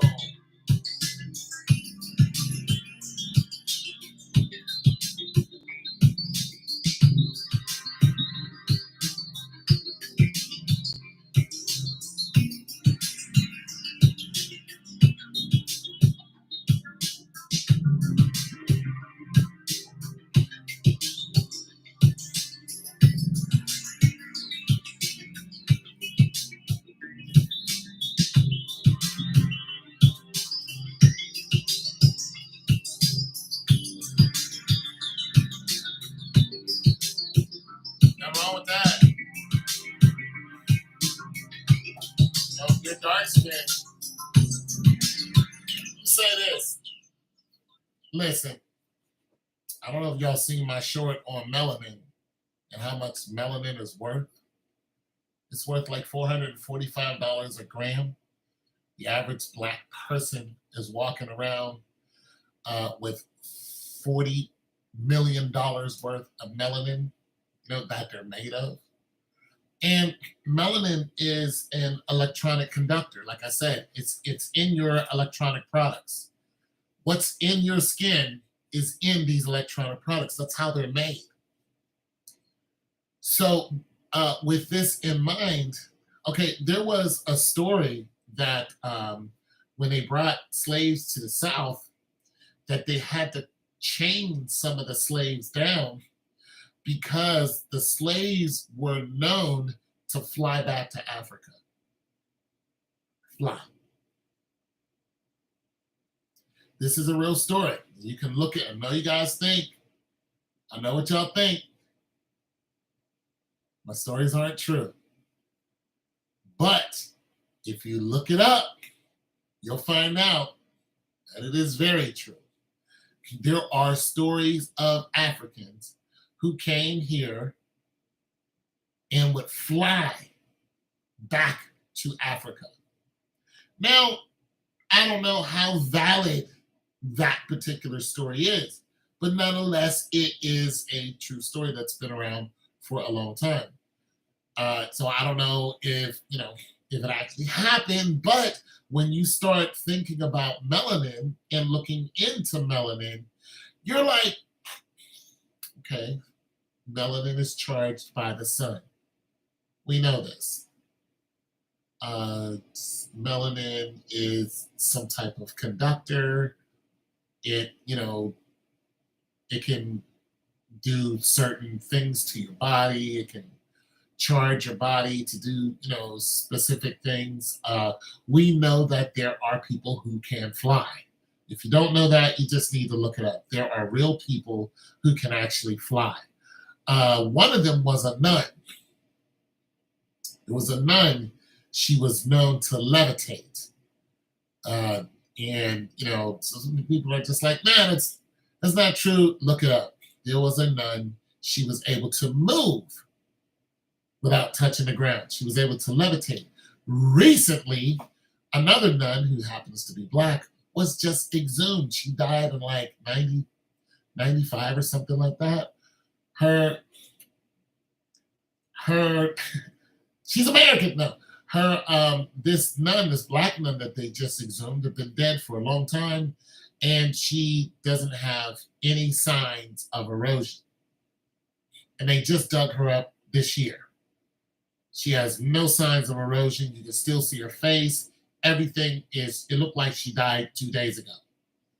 She has no deterioration whatsoever. So these things are highly possible. And this woman's black. This nun that died, she's black. So you can see pictures of her and when she was alive and now, and you'll see that there's not a lot of difference. You can tell there's no blood running in her, but she's uncorrupted, is what they call it.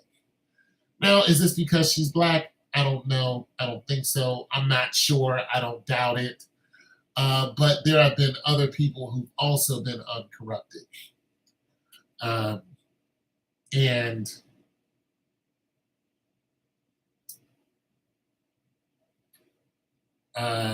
so, anyways, yeah.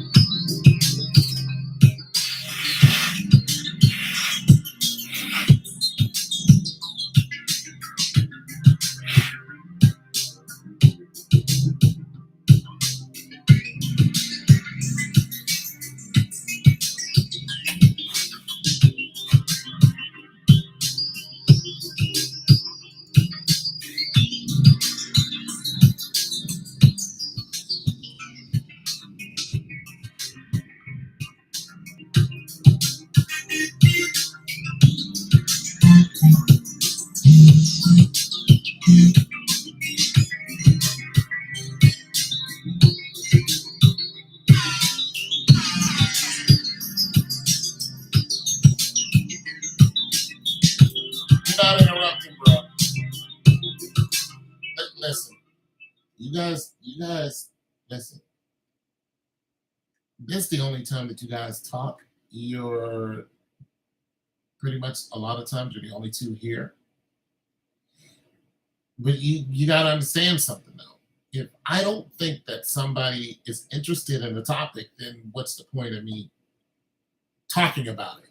You know what I mean? I'll just play my music.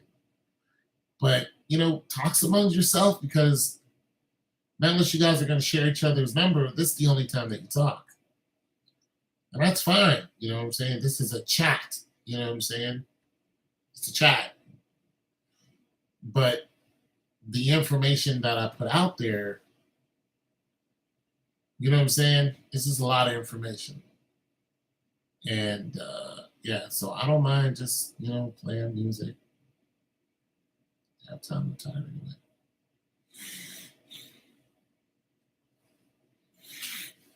Because they dig up their nuns every now and then and reposition them, put them in bury them in different places. It's a ritual that they have.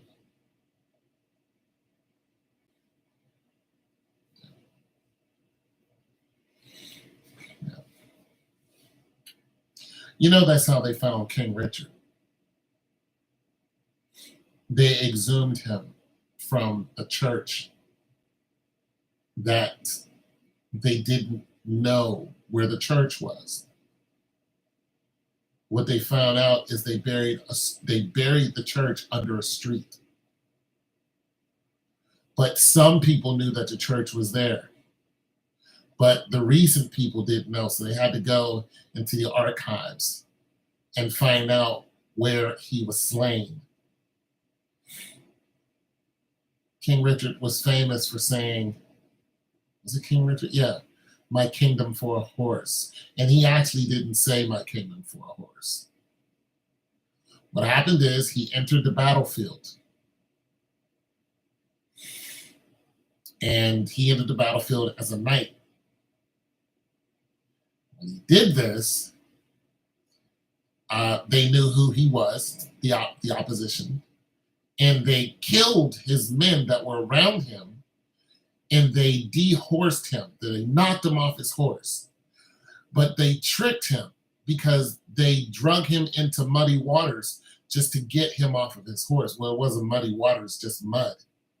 But once the horse got into mud, he was no longer able to flee, and they killed the men that were around him, and then they attacked him, and they bludgeoned him in the head. And after they struck him in the head, he fell.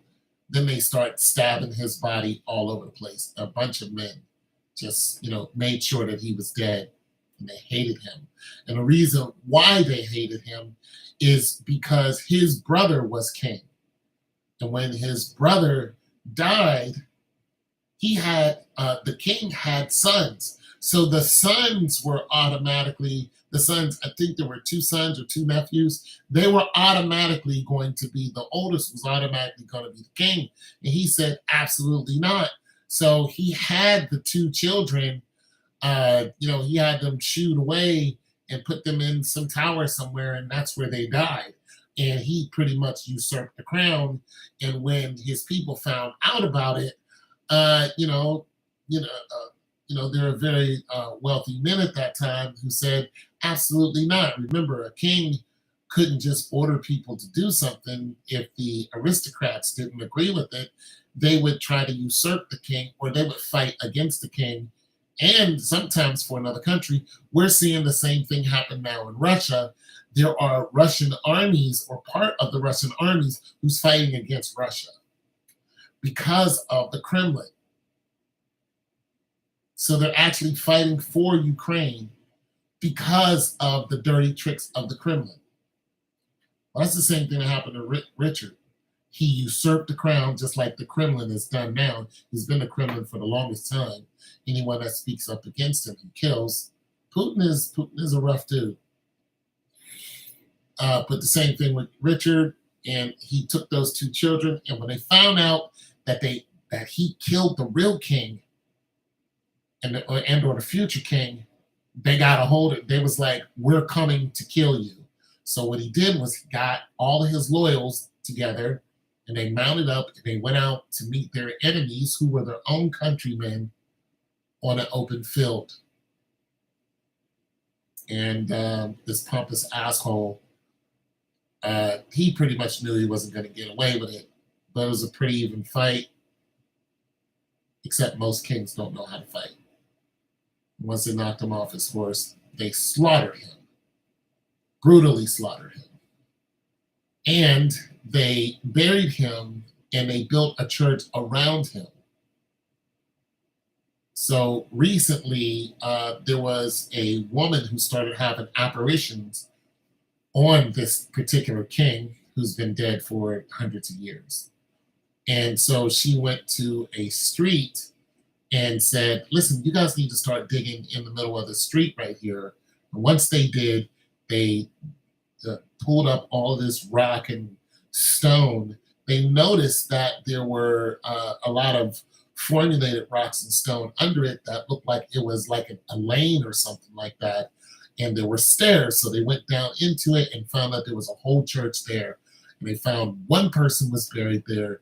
They dug that person up and found it was King Richard. And they knew it was him because of the way he was killed. So Catholics have a very, they exhumed their dead for some reason. I forgot what it is. But their belief in holiness is like nobody else. But that's what they did. They exhumed this Catholic nun, female, who was actually the head of a monastery. She was in charge at one point. And they dug her up and they found out that she is uncorrupted. Her body barely looks like it has been dead. So there's the story. That, but I was saying all that to lead into melanin itself and the Africans actually flying back to Africa. We don't know if it's true or not. Can people fly? The answer is yes. And then you have the story that there were a particular tribe from Africa that was brought over here for slavery. That particular tribe said, we do not recognize this, we're not going to be slaves. So they found a local lake, and what they did was decided all at once that they were going to walk into the lake and commit suicide because they believe that they will become alive again back in Africa. They thought they would be reincarnated in Africa. Of course, they were wrong. Nonetheless, what they did was they all held hands, men, women, and children, and they walked into the lake. Now, while they was walking into the lake, they were singing. And what happened is when they started walking into the lake started, it became disrupted. It started swirling and whatnot. And they were saying that the people started walking on top of the doggone water. If it's true, I don't know. But we've also heard stories of African people walking on water and being able to disrupt the water. So I'm saying all that to say this, that the melanin itself is not just something that's on your skin. It can actually be, it's actually very valuable, of course, because it blocks the sun, and it can actually be weaponized. And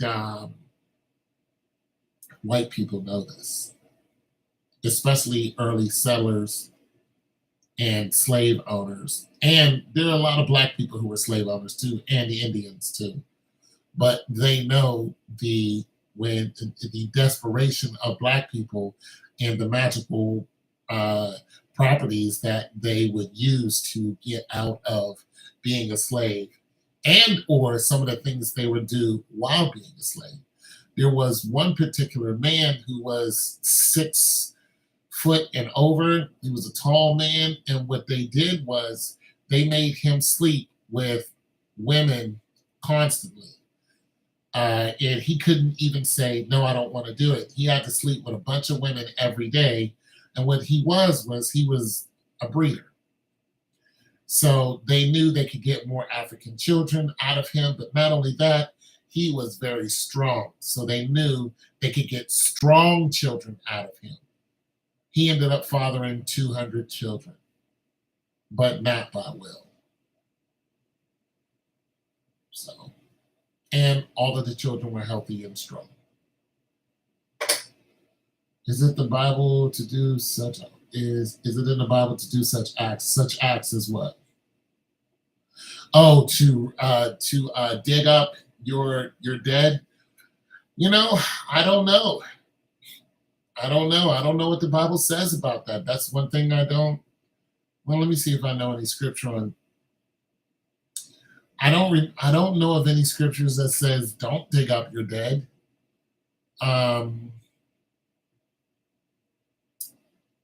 That's a damn good question.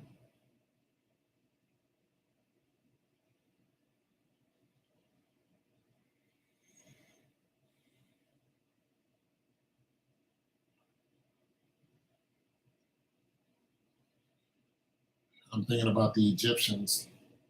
Now I'm thinking about the Africans before the Egyptians. Now I'm thinking about the Natufians.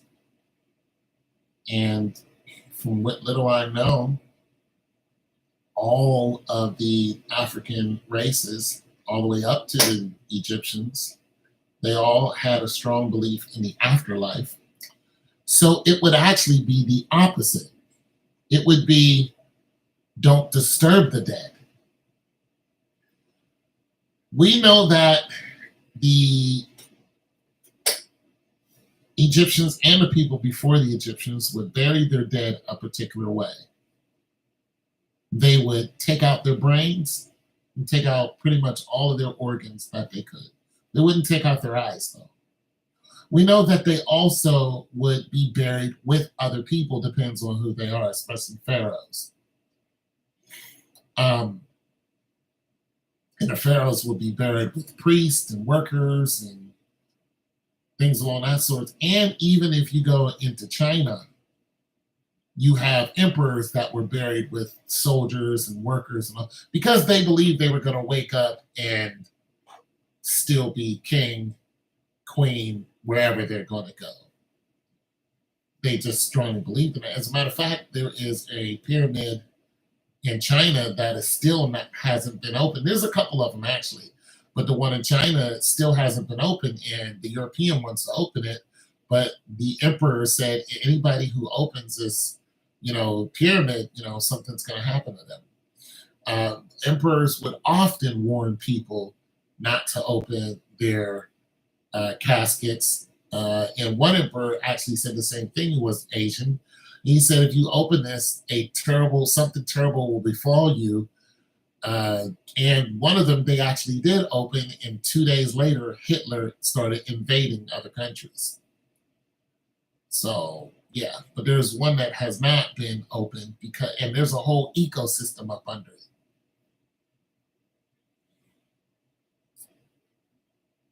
Yeah, they take your organs. Yeah, they take your organs.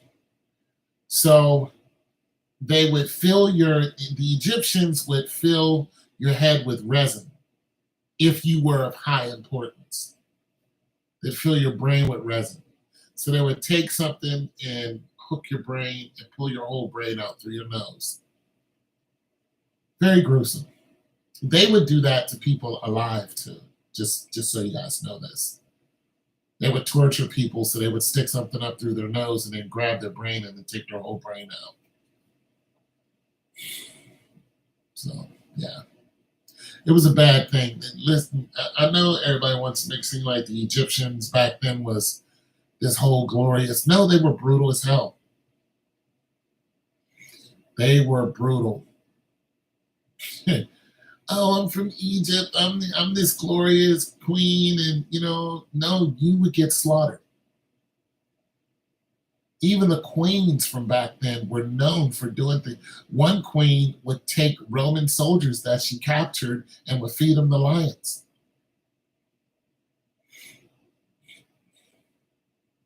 She would leave the bodies out just so any Roman that saw it, or when Caesar wanted to come back and attack her again, which he did.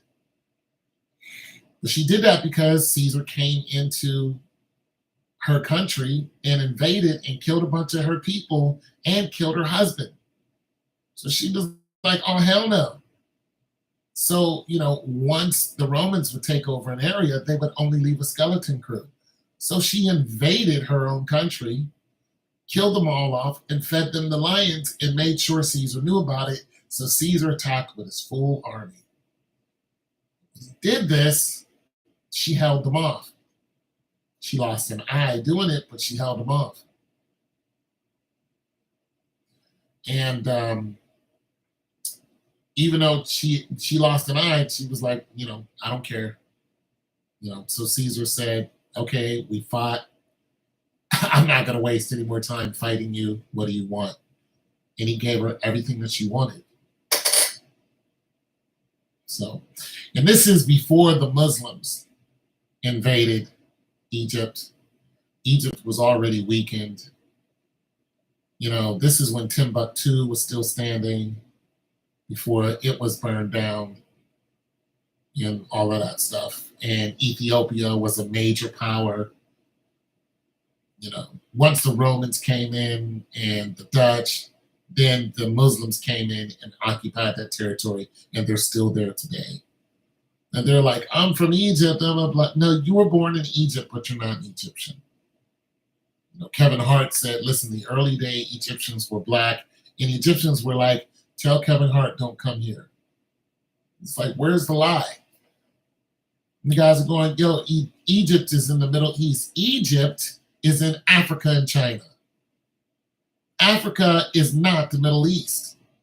It's not the Middle East. Like, what are you talking about? You guys are Muslims. You're Middle Eastern. You're not Africans. But they hate to hear it because they want to claim that they're the ones who made all the, greatest wonders of the world. And then you got people like me who love to remind them, like, you're not black. Not only that, all of the pyramids that were ever built were built by black people. All of them. Yeah, it was a good question. It still got me thinking too. Because I don't know of any civilization that exhumes their dead. And I know there's some, but I don't know of any that exhumes their dead to reposition them, repurpose them, to rebury them. Yeah, I don't know anybody that does that. People are usually very leery of messing with the dead. And they're like, leave the dead alone. Because they're on a whole nother journey. But yeah, ask your mother, because yeah, your mom's an Indian, so she knows a lot more than me. I don't know any, what I'm saying. I only know what I've read about, seen, or I've studied in college. But as far as actual hands-on, your mom and your grandparents would definitely know more than I do. But I don't know anybody who exhumes the body. Just, so.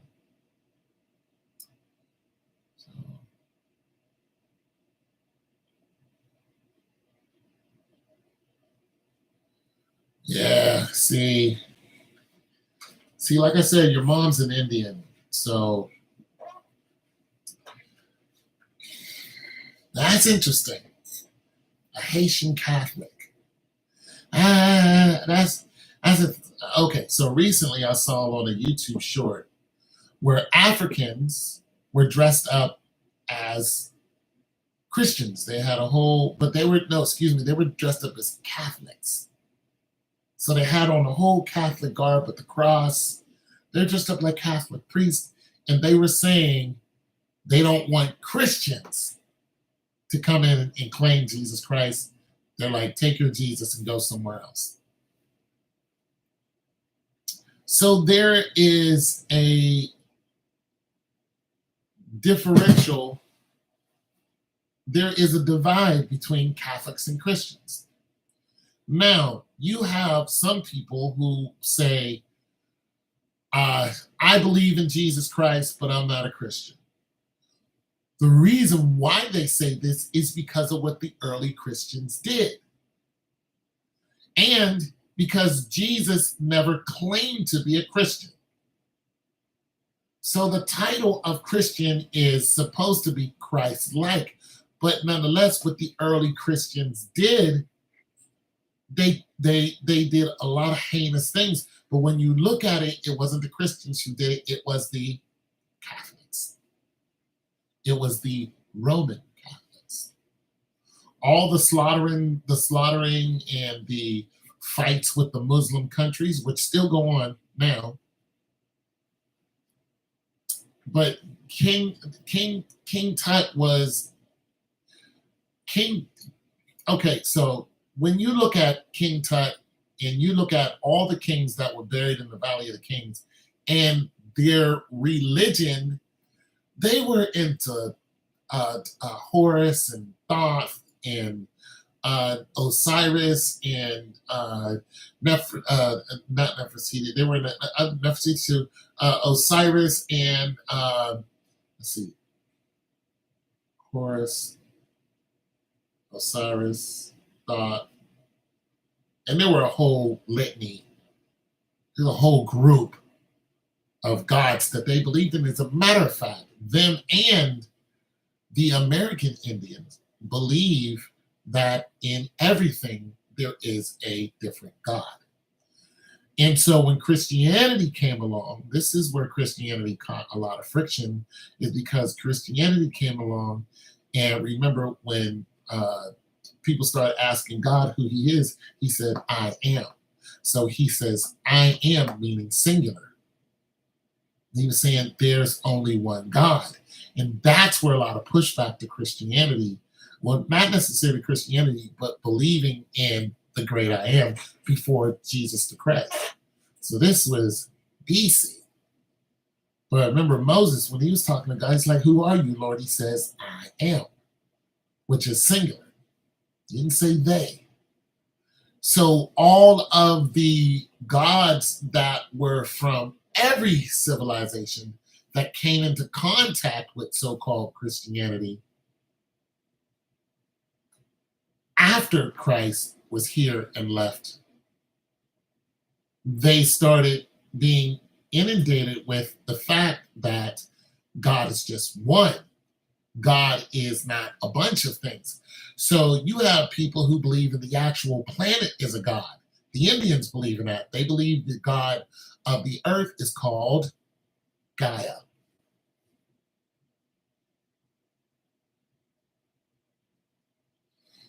Yes, well, Africa and Asia were both, when the earth was, closer together, they were both one.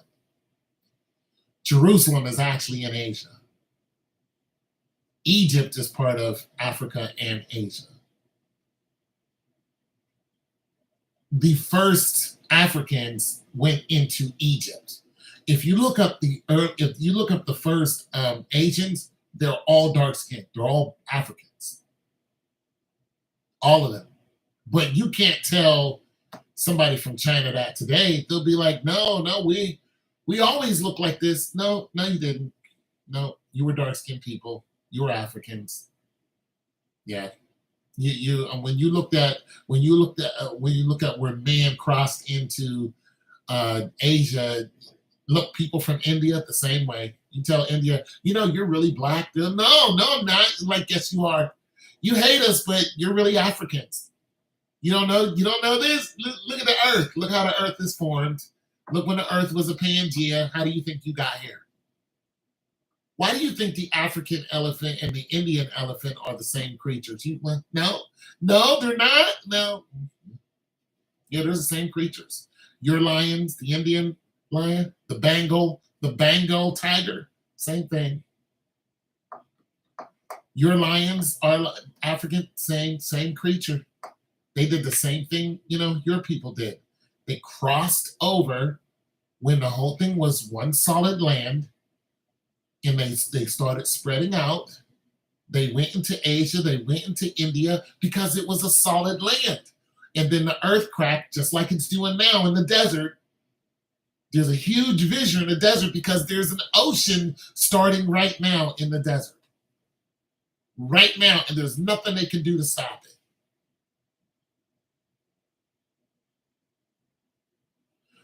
Yeah, now see, like I said, the Christians and the Catholics, there's this whole things where they're, who did what? Did Christianity do it? Because you'll find a lot of people who are like, I'm not a Christian. That's because they don't want the stigma of what the early Christians did. The lies that they told. The fights that they started. The fights between the Catholics and the Moors. The Catholics and the Muslims. Those are two different sets of people. The Muslims are Middle Eastern. The Moors were Africans.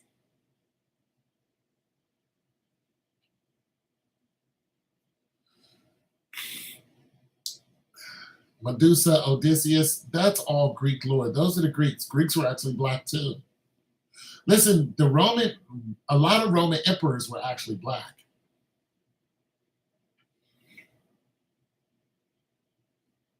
King Odysseus. Yeah. Medusa. And Medusa was a Gorgon, for those of you who don't know who Medusa was. Medusa was a beautiful woman who had 3 sisters. And she was very beautiful, and she was attracted. Who was it? Was it Zeus? Well, it wasn't Zeus. It was it Zeus? I'm thinking of Zeus and Athena. Wasn't Zeus. It was who's the other Greek? Is it Zeus, the Greek god? I don't know. They're all these gods. You know, there's Zeus and there's his equal. But he was attracted to her, and once his wife saw this, she became jealous, and so she turned her into a gorgon. Now, this is very interesting because a lot of stories you hear, you're just like, they're just stories. You know, we see cartoons about it. They're not true. Well, she didn't only turn her into a gorgon, she turned her sisters also into gorgons, which means they had bodies of snakes, they had hair full of snakes, and any man that looked upon them, they turned to stone. Now, we know for a fact that in the Bible, Lot, his wife turned around, looked at Sodom and Gomorrah, and what happened to her? She turned to stone. We also know today there are lakes, there are bodies of water that if any animal falls into it, it will what? Turn to stone. So these stories aren't exactly far-fetched when today we can actually see a bird to fly into this lake of water and it will be petrified instantly. And it starts to make you think, what happened to the giants in the flood? When you start seeing at some of these mountains, or looking at some of these mountains and land masses, you'll notice they look like people. There's one huge rock. It looks like a snake. It has the eyes and everything. And it's not a Tantaboa. This thing is bigger than a Tantaboa. It's huge. There's also an island that looks like a pachyderm, an elephant. There's another one that looks like a woman laying down. And when you start thinking about Odysseus and, you know, the things that Odysseus went through, Odysseus had to fight with Scylla and Charybdis. Scylla and Charybdis were two creatures that lived on an opposite side of a mountain. The only thing that connect them is there was a passage through the mountain. That was, a waterway that went through the mountain. You had to pass through this waterway to get to this island, which held the golden fleece. They needed this golden fleece. A golden fleece is lambskin, but it was pure gold. And also that island was also bewitched, and it was a timeless island. If you go to that island, you're gonna see harpies that were basically women who had feet of eagles, and they were able to fly, but they're very beautiful. So they'll trick you, and with him and his crew, what they did is they found this island. They went, and these women started entertaining them. They started feeding them grapes and all this, other stuff. And when they started feeding it to them, they completely lost time because it's a timeless island. So time is flying by on one side of the, outside of the island, but there they think that it's just another day. No, years have gone past until they finally find out the truth. And they end up getting a golden fleece, but the golden fleece was in a cave that was being guarded by a giant that had one eye, who was called he actually had a name too. It wasn't just a giant with one eye, but it was a cyclops. But that cyclops actually had a name. He actually had a family. So it wasn't just some stupid, giant, but the giant actually, he had a family, but he had one eye. So what they did was they had to trick the giant, because when the giant would look at you and see you, it would pick you up and it would eat you. So it was very tall. It was like 30 feet. Huge, but it had the golden fleece, so they wanted the golden fleece. Anyway, they tricked the giant in making it drink enough wine, made it go to sleep. Then they stabbed it in the eye, took the golden fleece, and got up out of there. But nonetheless, on their way back, they had to pass by the two creatures, which are Scylla and Charybdis. Scylla was And I'm going to get back to the Gorgon. But all these stories make sense when you start looking at the Bible and stuff like this. Scylla was a creature that was in the side of the mountain. So you go up under this water wave and it's a cave, and their boat is going through there. Or am I thinking of the Argonauts? I'm thinking of Jason and the Argonauts, but nonetheless, it's still. I'm thinking of Jason and the Argonauts. Am I thinking of Jason and the Argonauts? No, I think that was Odysseus. Anyways, but Scylla was a Octavius. I forgot who Octavius was. You'll have to remind me. But Scylla was a creature that had many heads, and it was basically a hydra. But it was a hydra that hid in the side of a mountain. So you didn't see what it was until it attacked you. So while they were going and, they were going through this waterway real slow, Scylla would be sitting out like this, and it would have like 4 or 5 heads, and it would sit there and watch them until they got close enough, and then one head would just come down and snatch somebody off the boat and eat it.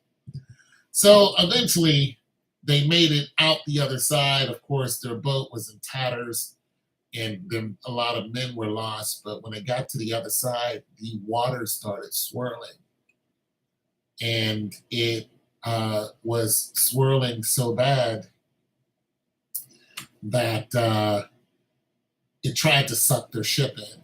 And when they looked and saw where this whirlpool came from, you would see just a huge mouth with teeth, and that was Charybdis. Now, I'm mentioning these creatures, the Gorgon, Scylla, Charybdis, and the Harpies, and all this because we see these creatures in games. Gorgons, the woman who had snakes in her hair, there were actually 3 of them. We've seen movies of the Gorgon and how she was killed and what she was used for. The Gorgon was actually, her head was actually cut off, and it was used to kill the Leviathan. Now, when you start seeing, names like that, you look into the Bible and you notice that these names are in the Bible. The Leviathan is mentioned in the Bible. So it starts to make you think, how true are these stories? Because we're looking at the Bible. We know the Bible's real. It proves itself all the time. We know that there are liquids that can turn a man instantly into stone. We also know that some other creatures that are in mythic lore that were actually true because we found their bones. One of those creatures is in Aurochs. When you go to the island of Crete, the island of Crete had a king, and this king was a terrible person, but the king was tricked, and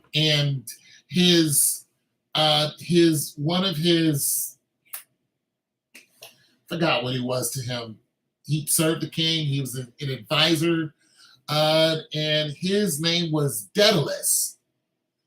Daedalus was an advisor to this king, but what this king did was okay, so what they did in Greece, I'm trying to remember all this, so bear with me.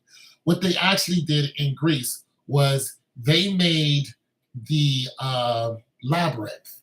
The labyrinth we know exists today because we found the labyrinth. So this is very true. Now, people didn't want to believe what was in the labyrinth. So they didn't want to believe the island of Crete and the king and Daedalus and all. They didn't want to believe nothing. But we know that these people existed because we know that their history is jotted down. We know that the labyrinth existed because we've seen the labyrinth. Now, what people started to really question was there such thing as an aurochs? An aurochs is what you call the Minotaur. The Minotaur was a large creature that was half man, half cow. The thing about the Minotaur is it just didn't run around mad as hell and trying to spear people. It was locked up in the labyrinth. Why was it there? Because the king of Crete was upset at something, and I think his wife at the time had a baby, and the baby came out half man, half cow. It was cursed or whatever, but he put this child in the labyrinth and fed it virgins. He fed it virgins. Now he fed it men and women virgins. So this thing grew up to like human meat. Now, people are like, nah, none of that's true. And we found out that all of it is true. We found out that there was such a thing as an aurochs that was half man and was half cow or half bull. We found out that it was a large creature. Why? Because we found the bones to the legendary aurochs. So when you have a story like that and you find out it's true, then you're looking at all of these other stories of Medusa, the harpies, the Leviathan, Scylla Charybdis. You're like, all of these creatures exist. They're all out there. All of them. None of them were alive. Here's another kick in the ass. Zeus, Athena, Hermes, Odysseus. We know Odysseus was a real person. But was Zeus a real person? The answer is yes. So was Poseidon. A very, very large giant. Very large. Why? Because we found his footprints. He was huge. And a lot of these other gods that they talk about, the reason why they call them gods is because they were extremely large beings. And all of them have been found out. Now, could they do the things that we say they can do? Pretty much, yeah, there's a reason why you thought Poseidon could control the water. It's because this guy was supposed to be like 2 miles tall. And when you go, well, that's just ridiculous. Well, we found footprints that span a certain length that prove that there was something walking in the oceans that had to be 2 miles tall. And you go, that's ridiculous. Well, go tell that to the island that looks like a huge pachyderm. It looks just like an elephant. How's that possible? Because it was all true. All the stories that you hear, all the stuff that is on Disney, all of these, Greek gods and all this stuff, all true. They all existed. All of them. Found bones of some of them. They all existed.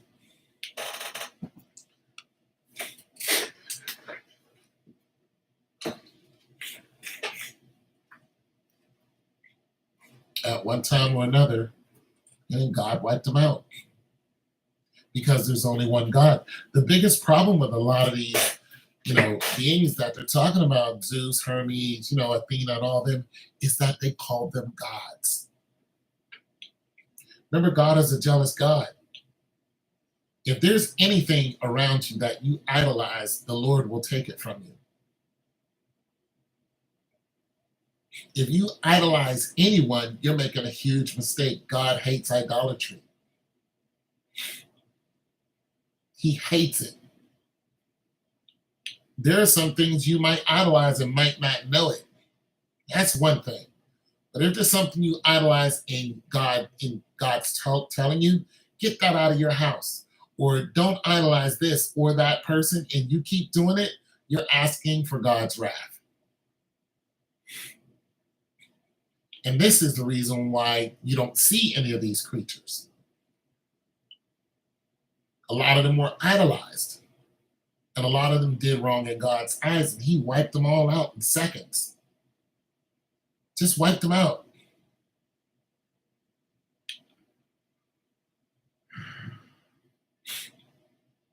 So, yeah, Medusa was real. It was real.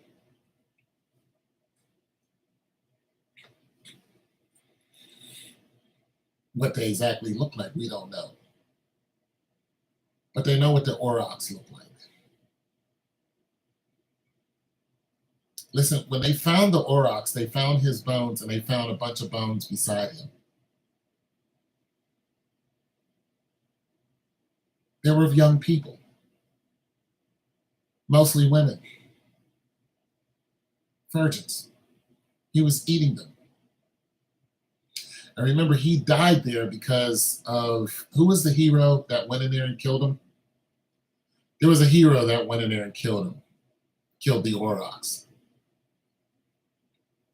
But keep in mind, the aurochs was a child that was born into a terrible situation. And also, and that king and Daedalus, I think Daedalus, well, the king, okay, so what Daedalus did was he boiled the king he boiled him in something. He killed him in a horrible way. And I forgot what the king's name was.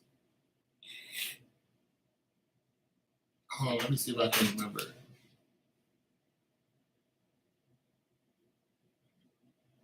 Yeah, because Daedalus killed him. He boiled him to death.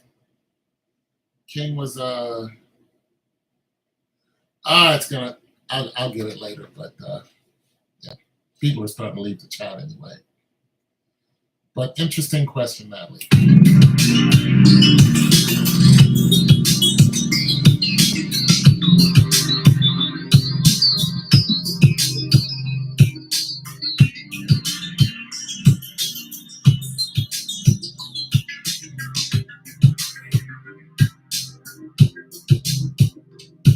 No problem.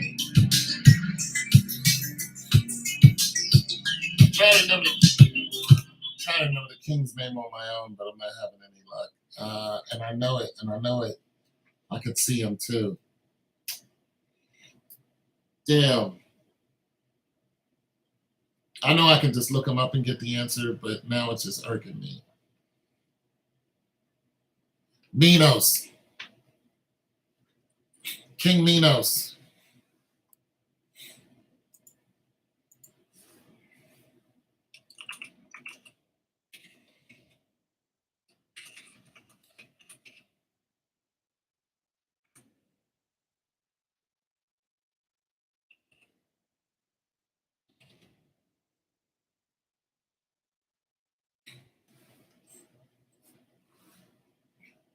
Is that how you say his name?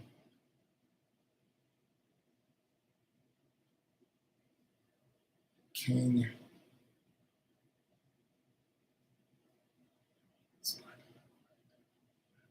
Nah, this is Menelaus. King Minos of Crete.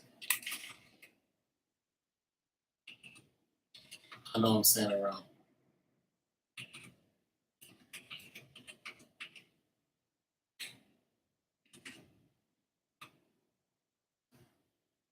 Minos. I'm saying it right? Yeah, there he is. King Minos of Crete. There he is. Minos. Yeah. King Minos was king of Crete, son of Zeus and Europa. Every 9 years, he made King Arigus pick 7 young boys and 7 young girls. Yeah.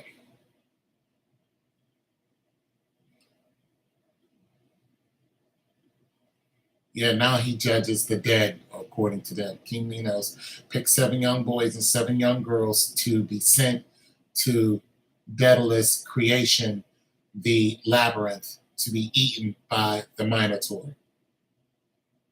So if you guys want to know more about that, you can just look it up. But that's what he did. Like I said, Daedalus is the one who created it. And we know that the labyrinth is a real thing. It really exists today. I'm trying to find something to disagree about, but I can't. It has been pure facts. Yeah. Oh, you could. Well, to you're probably better finding something to. Yeah, yeah. You know what? When it comes to the names though, so sometimes I can mix stories, but I always admit to that. I always admit to mixing stories because I forgot. Was it Perseus? Was it Perseus that cut off the head of? See, I be forgetting who cut whose head off. Like who killed the Minotaur? Who killed um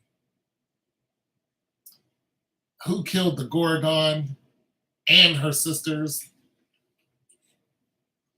So sometimes I get those names mixed up. Uh, but when you look at Odysseus, you can almost get confused with Odysseus and the Epic of Gilgamesh or Utnapishtim and and all those other kings. You know what I'm saying? Even though Gilgamesh was well, he came from the so-called first civilization. But when you look at the stories, you can see how the stories are both. Well, they're epic.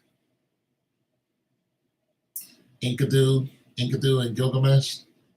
Poor Enkidu.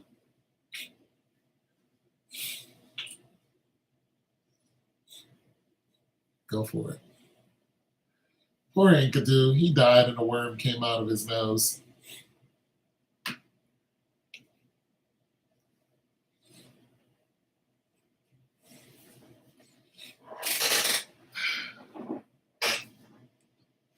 Yeah, but all those creatures that you're seeing, that when you look at these stories of Zeus and you look at these cartoon animations of Zeus and all of these gods, you can and the ones that they don't mention. I mean, there are some gods that even Zeus was afraid of. But when you could start looking into them and you could start seeing some of the things that they mentioned, Mount Olympus and all this, some of the things that they mentioned, they're actually landmarks. You can find some of these landmarks that they're talking about, and you can find some of the destruction that they're mentioned that happened. Because remember, Mount Olympus was attacked by the giants.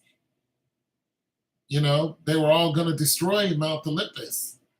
So you can find some of these places and go, well, there's actually something that did happen here. Now, yeah, the stories are inflated, but nonetheless, it doesn't mean that these beings didn't exist. When you look at the heavenly angels and the ones that fell, we know these were creatures that were not made like us. When you look at how Lucifer was made and the things that he was made out of, we're not made like that. So it is not far fetched for some of these beings to be 30, 40, 50 feet, a mile, 2 miles high, hitting the ground running. They didn't grow to be that big. They were created that big. They were boom. This thing was put together and it was 2 miles high. So why would you not think that this is a god unless you knew who made that? Especially if this thing is on a wave of destruction, it can cause tidal waves on, and drown out whole, sides of continents. Why wouldn't you think this thing is the ruler of the ocean until, the great I am says, you know what? I'm sick of this. You guys come down here and all you've done is destroy. Now I got to tell people who I am for real. And you kill everything, and all of the creation dies because life on earth was just living hell. These giants ran rampant and they ate people and they told people to have these crazy rituals. When you look in the Bible, these giants existed. When you hear the story of fee fi fo fum, I smell the blood of an Englishman, it tells you a lot about Jack and the Beanstalk. You go, wait a minute, let's time out. And when you start putting different lineages together, And you know, when you listen to that saying, fee, fi, fo, fum, I smell the blood. Let's stop right there. This is a giant. For one, it's a giant that's talking. And it's saying, I can smell the blood of an Englishman.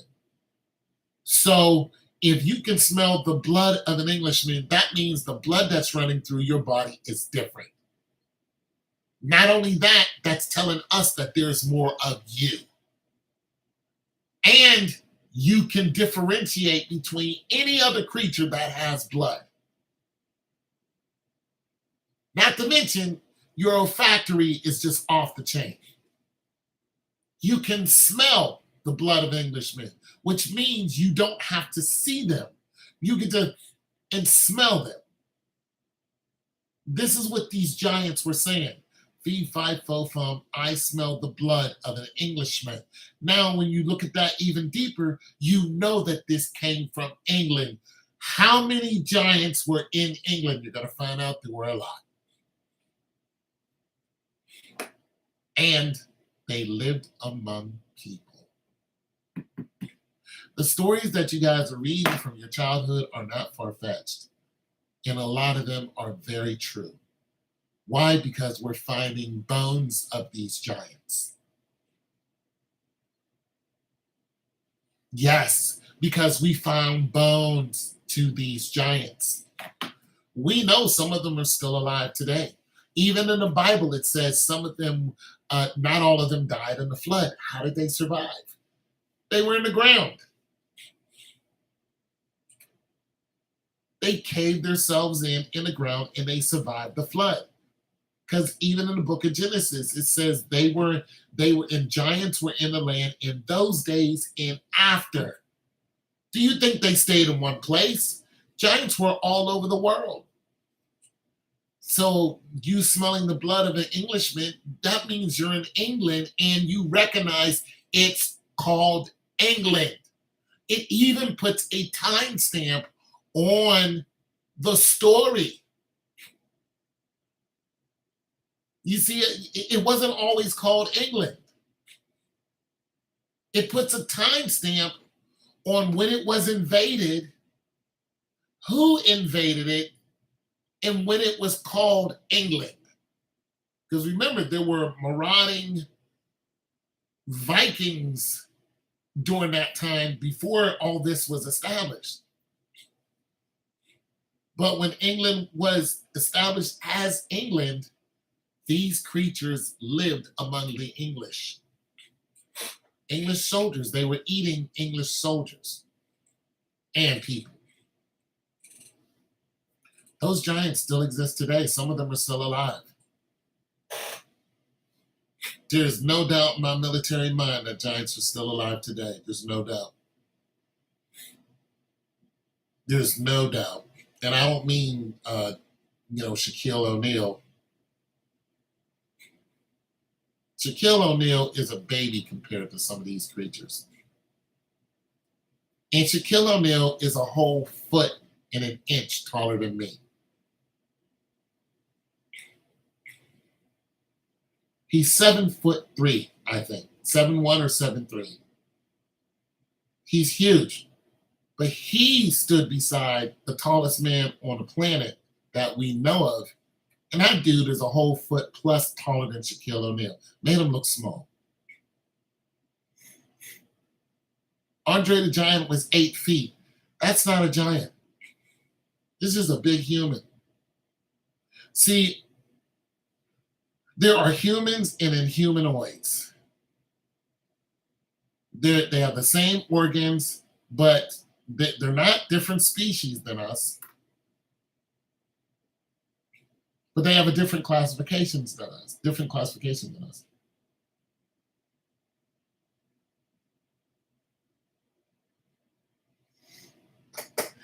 Well, it was digestible.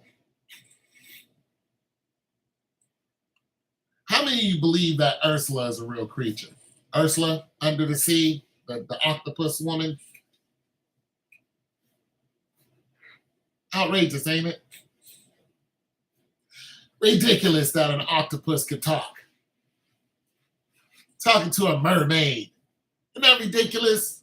except they found out that they were really mermaids. You know where they live? Africa. There was a group of men, and I don't know what country in Africa. They were Africans, and they were ordered to fix a dam. So they put on their diving gear and they jumped in the water and they came back screaming and they said, "We're never going down there again." So their boss thought that they were just being lazy and didn't want to work. So he called some Europeans over and said, "Put on your suits, go down there and fix the dam." The men put on their suits, they went down there, they came up screaming and said, "We're never going down there again." I said, "Why?" They said, "Because there's mermen down there." And the men were attacking them because they didn't want the dam to be put up. They were men, mermen. They were attacking the people. Also, I think it's the Zambezi River. Let me see if I'm correct. I think it's the Zambezi River where this happened. So it's in Zambia.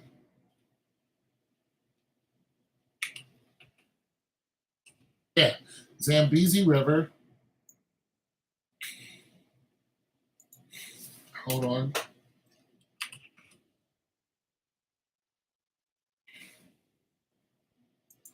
Zambezi River Mermaid. Zambezi water spirits and the mermaids of Africa. You guys can go and look it up. So they're being attacked in Africa because of the dam. Troy was a real story. Troy really did happen. The story was told 500 years. The reason why people didn't believe in Troy is because it was told so long. And the person who wrote it from somebody who knew about what happened. He was related to him. But they were like, "This happened so long ago. How do you know this happened?" You're like, "It was passed down." Then they kind of find out, they know it actually happened.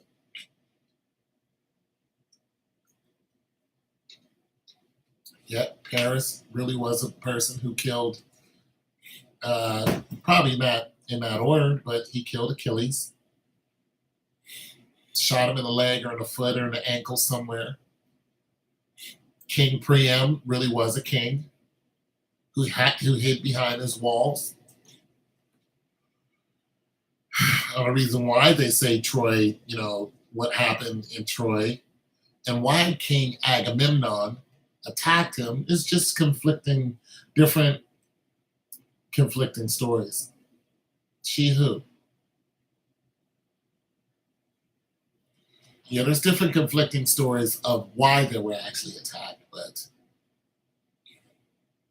mermaids and mermen are definitely real. Listen, mermaids have been talked about for years. They would try to convince you to jump in the water and eat you. There's even, on World Star, there's even a guy who's out on the ocean and there's two mermaids actually following him. That was just filmed not even a week ago. And you can hear the mermaid singing to him, and one of them says, "Jump in the water." And you can see them on the side of the boat, and you know they're not dolphins. And they're following the boat at night. And they're like, "What is this?" Mermaids are definitely real. Mermaids, mermen, they're definitely real. But yeah, Troy happened. Agamemnon did attack. And it wasn't because Paris was, or it wasn't because Paris took Agamemnon's brother's woman. He attacked him for financial reasons, to spread his kingdom. He thought he was the king of kings. Agamemnon thought he was the king of kings. So he would give everyone that he attacked a choice, just like a lot of kings and how empires are spread. Just the same way our empire is being spread right now. Where we at now? Where's America at now? America is protecting what? A land that's not even ours. Because they're spreading their empire. That's what they do.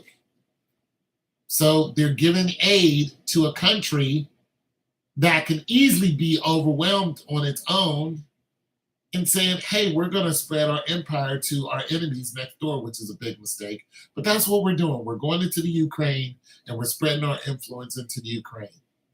Ukraine belongs to the Russians. But we already have Poland. Poland is an ally. So why not take the Ukraine? That's the same thing Agamemnon did. He crossed the water and he took Troy because he knew Troy was they had agriculture, they had land, they had women. Don't forget, you will be attacked if you had women. If you had a surplus amount of women and they were known to be beautiful, don't forget, Troy had a very beautiful princess and queen. So what does this tell to greedy men? I want a beautiful queen. So we're going to make a deal with you. You let me marry that princess and we'll bring you into the fold. Well, what happened was, according to them, the princess was pretty much, and the princess didn't have a choice, but the princess was sold to, I don't know, she wasn't sold. She was, they bargained. They traded to, this guy was the only one to beat.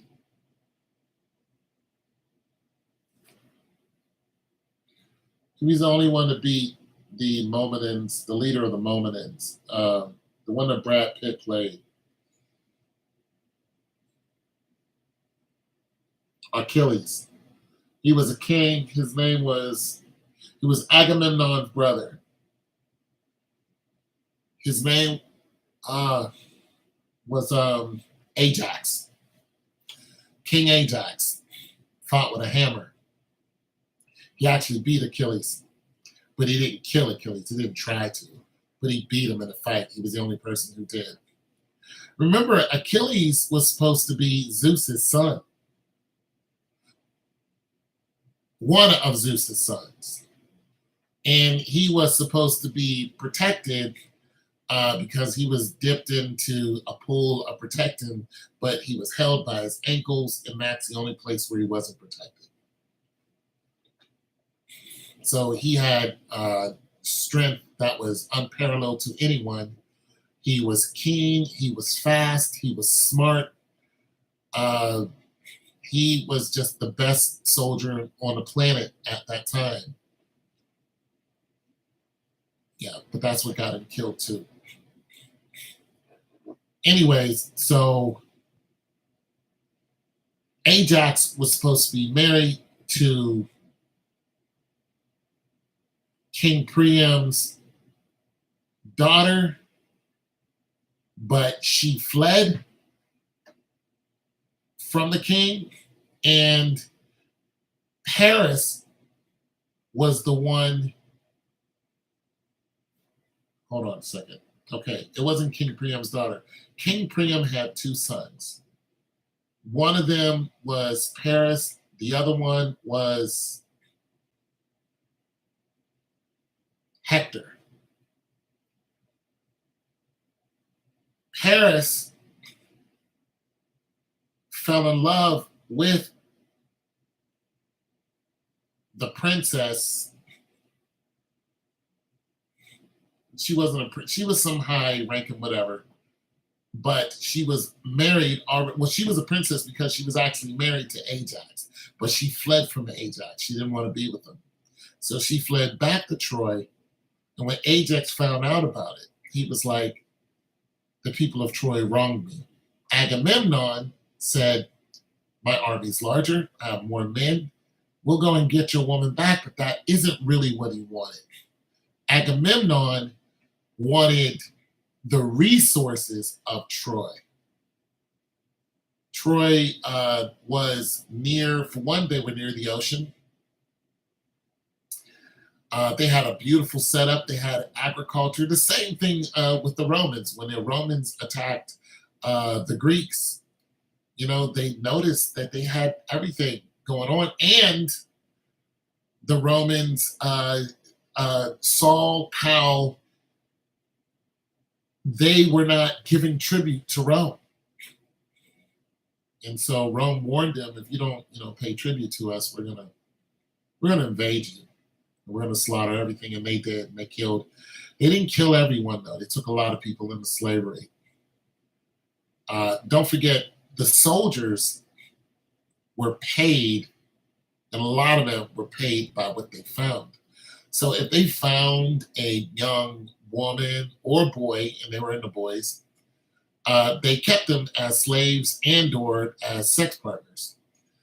Uh, um, and of course, if they found a mother or even the dad, they would take the dad and say, "Look, I'm not going to kill you, but you're going to work on my farm. As a matter of fact, your whole family's going to work on my farm." Because a lot of the soldiers would run into people who were unarmed. And when the Romans would, destroy some of these cities that were near the sea, they would destroy the land, put salt on the land, and burn everything down. But the people that were ordinary non-fighting people said, "Hey, we're non-combatants. Like, have mercy on us." And they would. Some of the Romans would go, "Okay, now you had some that just were bloodthirsty," but a lot of them would go, "You're a resource." So they would take a whole family and say, "Boom, you guys are now slaves." They're indentured slaves. And of course, there's a whole thing with that. You had different departments on what you were going to be. Sometimes you were going to be, you're going to have their children. And sometimes you were just you work in their farms, you were gonna work on their land, so on and so forth. You were now a Roman slave. And some of those slaves could actually get free, and there were different ways you can get free. One of them was the Colosseum. And or if your master let you free. Don't forget, a lot of Roman soldiers were promised land. So a lot of them had land. So this made sense on, I'm going to come and conquer you, and I'm going to take your what? Land. And now I am a landlord. That's how that went. But anyway, so Troy, once King Agamemnon heard from his brother Ajax, he said, "We're going to go ahead and invade them." They invaded them, and it took actually 10 years for that fight to happen because of King Priam's walls. Also, they couldn't breach the walls, and they couldn't get past Troy's archers. They tried several times, but they lost, thousands of men just by the sheer volleys of the arrows that would come off of the walls. So they tricked them with the Trojan horse. They got inside, they killed the guards, they opened up the gates, and they all came flooding in. And all of what Agamemnon promised King Priam, he said, "If you don't give us the princess, we're going to slaughter everyone inside of Troy, and we're going to dash your babies' heads up against your walls that you're hiding behind." He made a promise to him. Well, King Priam said, which I don't understand. He's like, "We have Hector, who is a top tier fighter. We have our archers, which are the best archers in the country. We have our walls, which can't be breached. No one has ever breached Troy's walls. You can't climb over them. You can't. They were heavily protected." And with all of this, King Priam looked at all of his pluses and said, "We're going to go ahead and stand our ground." Instead of telling the princess, who was already married to Ajax, which is a deal that he helped garner. He helped make this deal. So he took the benefits from Ajax's kingdom and then protected his son Paris because he fell in love with the princess. And her name was, damn, I forgot her name. But it was a bad move. Now, yeah, protect your son. Me, personally, Once I saw the army of Agamemnon, which covered the seas as far as the eye can see, it had the best fighter in the world, and you knew it. Plus his Myrmidons. You already knew this. They killed the priests. They went into their because a lot of the everything that was along the sea was barren. It didn't have any protection. So once they became seaside, they slaughtered everything. They went in there and killed all of the priests. Once I saw this, I would have been like, Paris, the girl's got to go.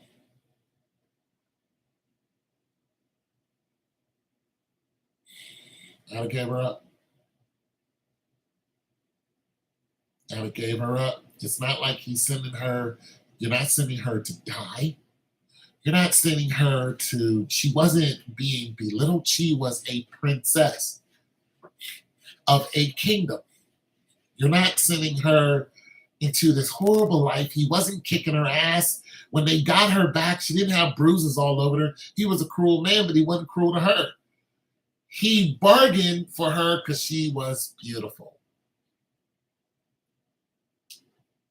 I would have sent her ass right back. Be like, get up out of here. You know what you're about to do. But Priam was like, no, we have, he listened to his advisors and he said, we have everything going for us. This thing is going to be long and drawn. As a matter of fact, most of the wars that you hear about, they were all long and drawn out and very bloody and very tactical. And so that's what happened.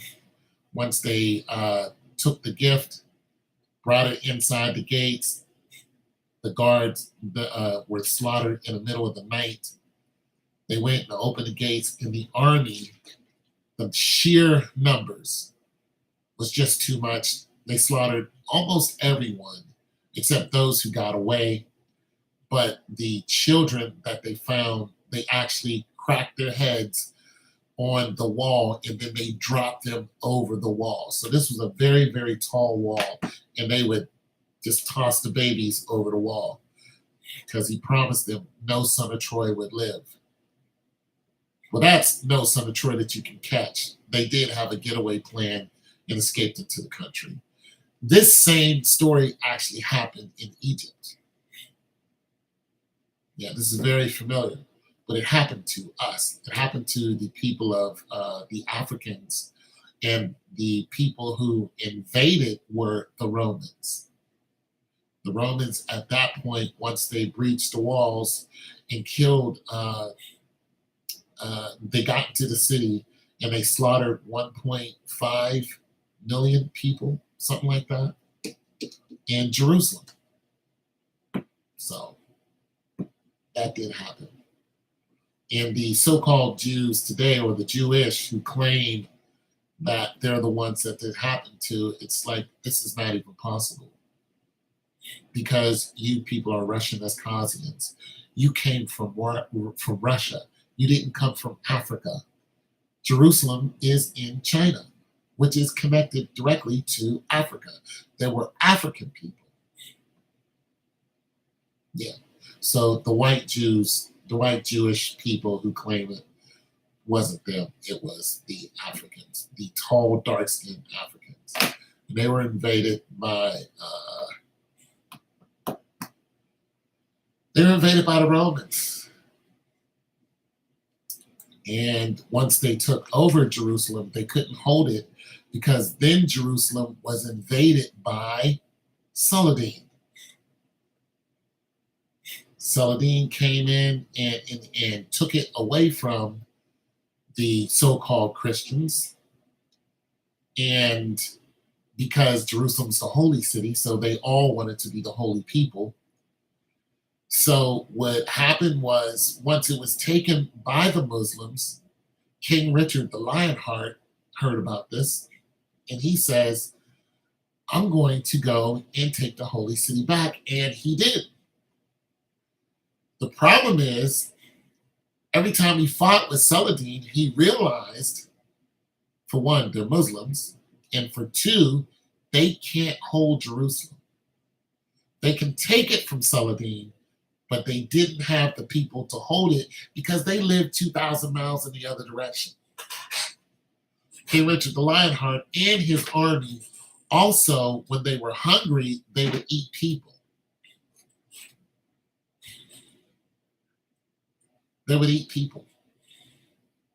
They were also attacked by huge spiders in the desert. At night, they just came out of the ground and started attacking them. Now, we don't know if they're camel spiders that attacked them, but they were attacked by huge spiders.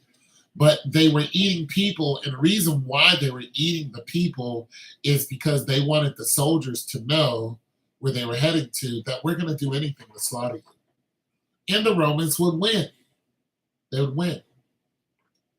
But they couldn't hold it. And so the Muslims would come back and invade again and kill. And the thing about it is, Saladin, what he did when he would come back and invade again and take back the holy city, he didn't kill all of the soldiers.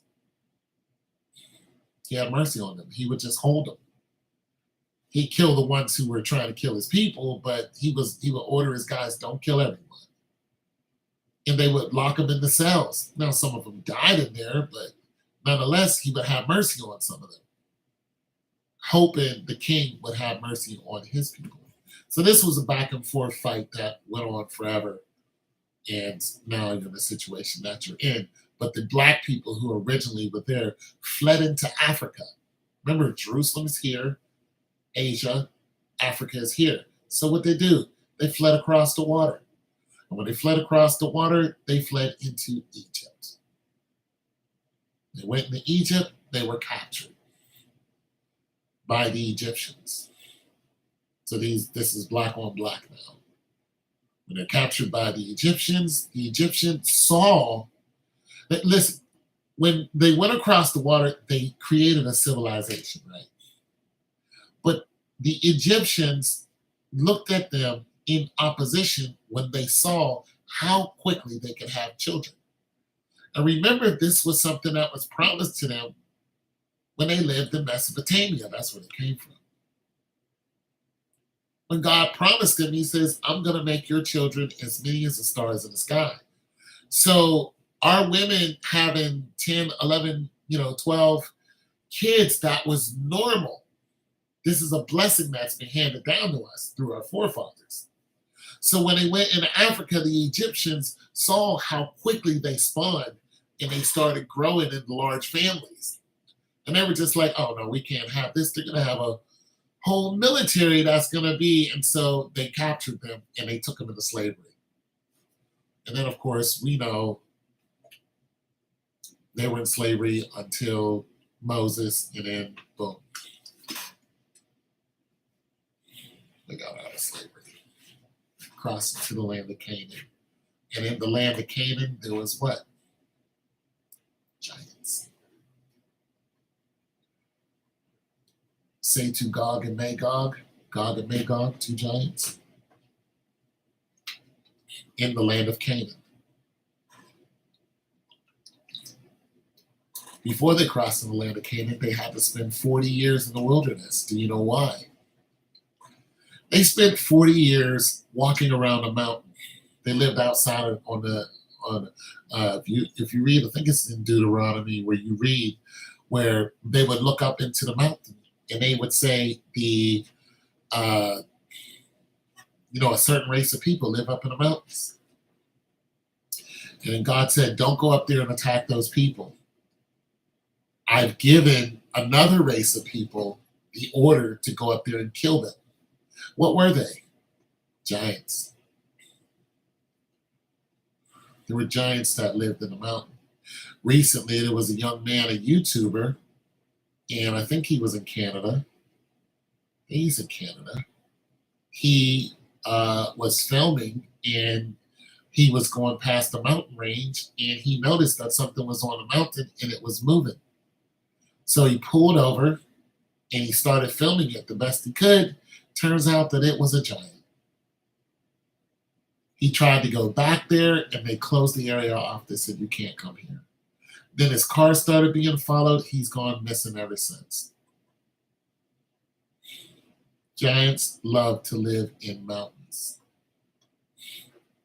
In the Middle East, they just found another cave, and there's giant bones in there, and they found a live giant.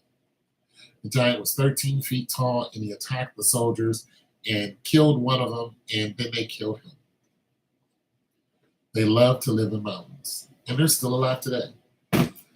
But anyway, the Lord had them walk around, for 40 years because it killed off all of the warriors. And when the last warrior had finally died, then they went into the land of Canaan.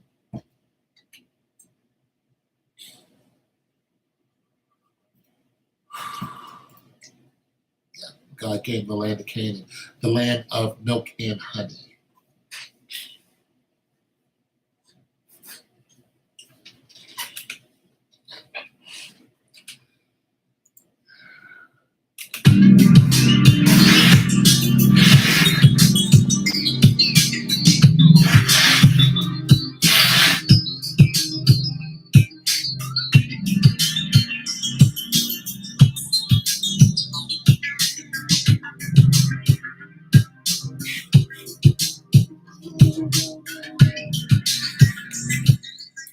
Yeah, the land of milk and honey.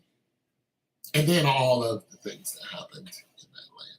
But so all the stories that you hear, all the fantastic stories of creatures, and talking fish, all these crazy mermaids and the little mermaid. Well, it didn't happen like they're telling you, but these creatures are real. The octopus has 8 brains. I keep telling people, don't eat octopus. Don't eat that creature. It is far smarter than you'll ever believe. Far smarter. And a lot of them are way larger than you'll ever understand. They are colossal. Now, the largest octopus that we know of is the Pacific octopus, the giant octopus. Some 40 feet. I think that's what they're saying. No, it's not that big.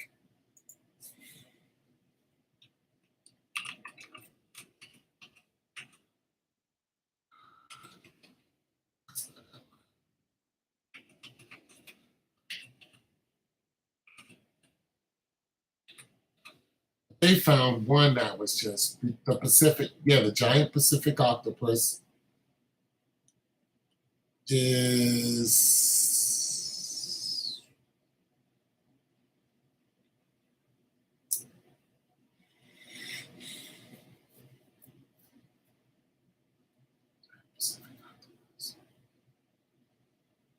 still huge. A record of 71 kilograms of them. 157 pounds, that's big.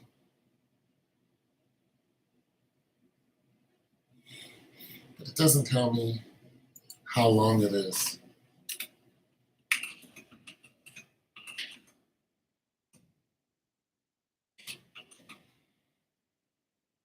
But they have a picture, 30 feet. So I wasn't too far off.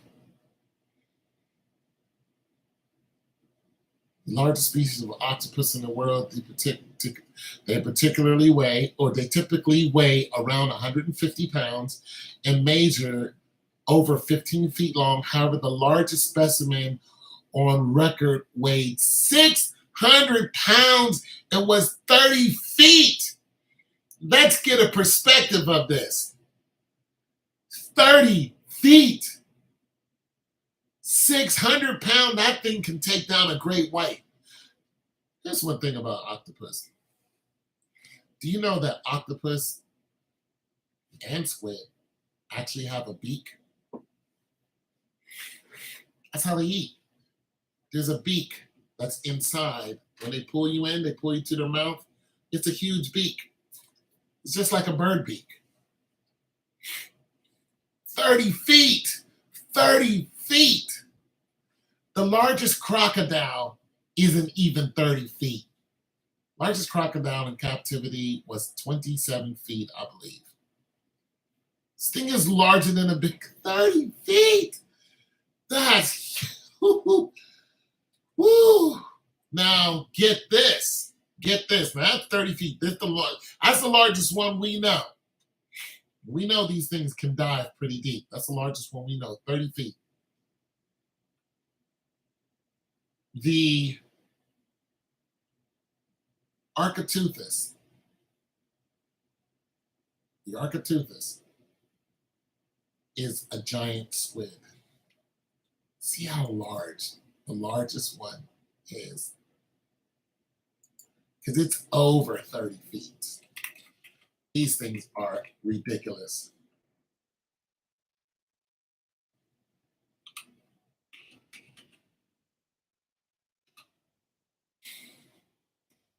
"43 feet.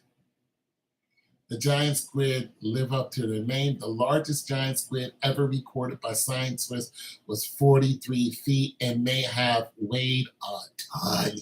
You do not eat these creatures. 43 feet. That is a whole school bus plus.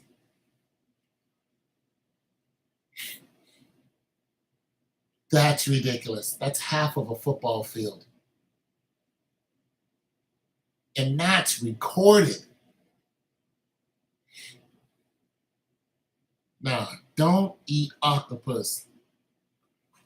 If I ever had it, for one, I would never have an octopus, but if I ever had one, I would be talking to that thing every day. But I would never capture such a beautiful thing. You know, they can fit through a size of a quarter. They can squeeze right through a hole the size of a quarter. Don't eat octopus, but people are so, they want to eat everything, especially Asians. Don't eat that. Don't eat that octopus. Let that thing go. I'd love to have a conversation with one because they're just ridiculous. And look, if you look at, I forgot what that show was. It was so great. But it was a show about time portals too. But they was in one particular time portal where they talked to a creature called the Great One. It was a giant octopus. This thing, 30 feet, is huge. But anyways, so there are octopus that live on the ocean floor, the Dumbo octopus. Because they don't have any bones or anything, they can live on the ocean floor and survive just great. So I'm saying there's some things we should just live alone. They also found on the ocean floor, they went down as far as they could, and they found out that you can't go any further. You'll bounce right off the ocean floor. That's what their submarine did. What did they find? What did they find? They found the huge bubble that we live in. The huge dome that we live in.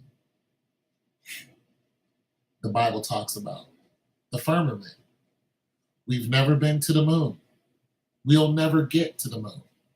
Now, I talked about this before, and some of y'all got spooked, so I'm not going to go into it. But we've never been to the moon. A lot of things that you see are not real. They're not. They're staged. But anyway, it's the same for the ocean. You can only go so far until you'll run right into the firmament. Some of these creatures live down there where the firmament is. They know a lot more than we do. 90% of the ocean hasn't been mapped. Like, we've mapped over the ocean, but not under it.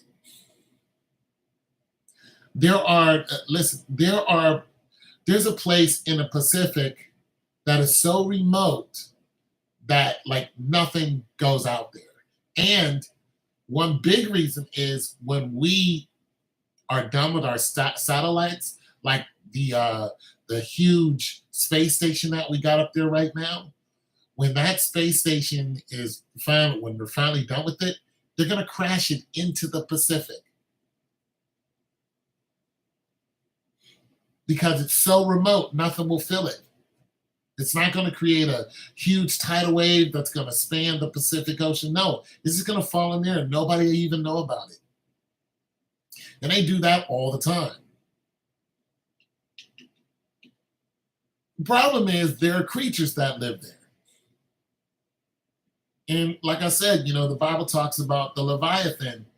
If the ocean is that deep and that wide where we don't even notice a space station crashing into it and we don't feel it, do you think a whole civilization can't be there?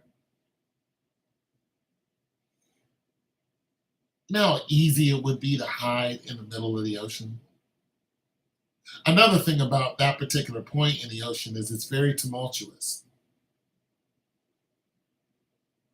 It's kind of like the Bering Strait. The Bering Strait connects us to Russia. So it connects Alaska to Russia. And right now there are Russians trying to cross the Bering Strait in order to become citizens or temporary citizens. They're fleeing Russia is what's going on. So they're crossing the Bering Strait. However, the Bering Strait is only 50 miles to get to Alaska. However, it's very, very choppy waters and you can't lose your life. Well, this remote place in the Pacific Ocean is very tumultuous. That's why you don't have a lot of ships that go out there because even the sturdiest of ships will sink. They even have ships now that can be capsized and you'll still be okay, but they can still sink. You also have buoyancy issues. If the water doesn't have enough buoyancy in it, the ship will automatically sink. There's a particular type of water that doesn't have enough buoyancy for some ships, and the ship will just sink. And be like, what's wrong with the ship? Absolutely nothing. It's the water. Doesn't create enough buoyancy, and it will just boom. The ship will just sink. But now they're making ships that are actually sinkable and survivable. So the ship it'll look like it's sinking, but it can actually be submerged and it's still, and you would think that's a submarine. No, it's not a submarine. I mean, it's just, I don't know. I can talk for hours about a bunch of this sciencey stuff because, I'm a nerd. But if you guys got any questions or another topic you want to talk about while I'm on, hit me with it.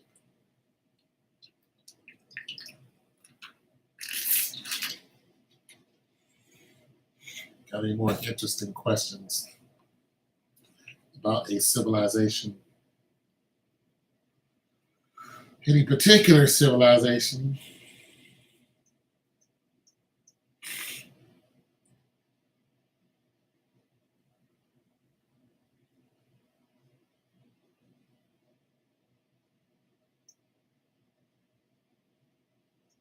Or event?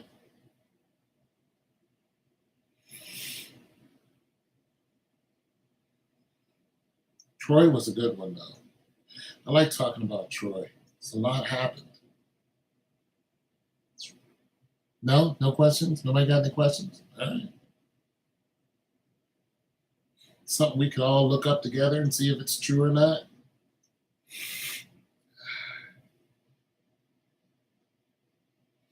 No, I'm surprised.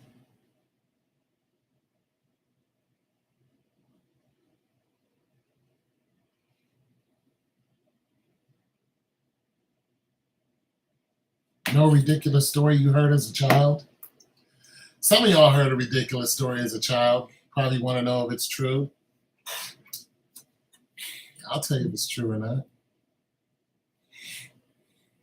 I know some of y'all got some childhood. Is this true? Did this really happen? I'll tell you. And I'm going to tell you how you know if these things are true. You link them to other stories. When you start linking them to other stories, it'll probably link up to something in history. It'll probably link up to the Bible, and you can look in the Bible where you'll see something similar happened. And then you can go ahead and locate that area and take it from there. You become an investigator. You locate that area, and then you start pinpointing where this might have happened. You can even Google Earth some of this stuff, and it'll show you landmarks on where some of these things, supposedly it happened. And there's okay, so let's take the Africans living here in America. A lot of people are awake to this. They're like, where are all the slave ships? How did we get here? We don't have any pictures of slave ships. And people are realizing that, Black people have been here all this time, which is very true. Like I said, the earth was a Pangea. We spread out all over the place, right? Now, when you look at the Grand Canyon, I've talked about this before, and you'll know that there are pyramids in the Grand Canyon. There's actually a Sphinx there too. Why is it that you cannot go to the Grand Canyon and observe all of the Grand Canyon? As a matter of fact, this is what's really interesting. There is an electronic barrier surrounding some of these, places that you can't get to. You can't get past the electronic barrier. That's what's going on right now. Why are they hiding it? You don't believe me? Look it up. You guys can YouTube this. There are people right now trying to put their finger inside of this electronic barrier. How did they create that? How wide is that electronic barrier? Now, when you look at that and then you start looking at things like Mount Shasta. Mount Shasta is one of the most secretive, craziest, spookiest places on the planet, and there's story after story after story of Mount Shasta. You guys heard one? You let me know. I'll tell you about some of them. But it's just really interesting because they're finding out that there is a whole race of humanoid people that live within Mount Shasta. You can look it up. And a lot of times they'll come out and communicate with you, but they will not talk. They communicate mentally. The people who just saw, did they communicate with them? I think they did. These people that just saw the alien a couple days ago, it crashed in their backyard, I think they were communicated with too, mentally. So this higher level of being, just think about this. It's not coming from space. No creature can come from space, not one. There's no Nibiru. There's no Pluto, Saturn, Uranus, Mars. None of those places exist out in space. Here's what's really going to mess you up. They exist, they just don't exist out in space. How's that possible?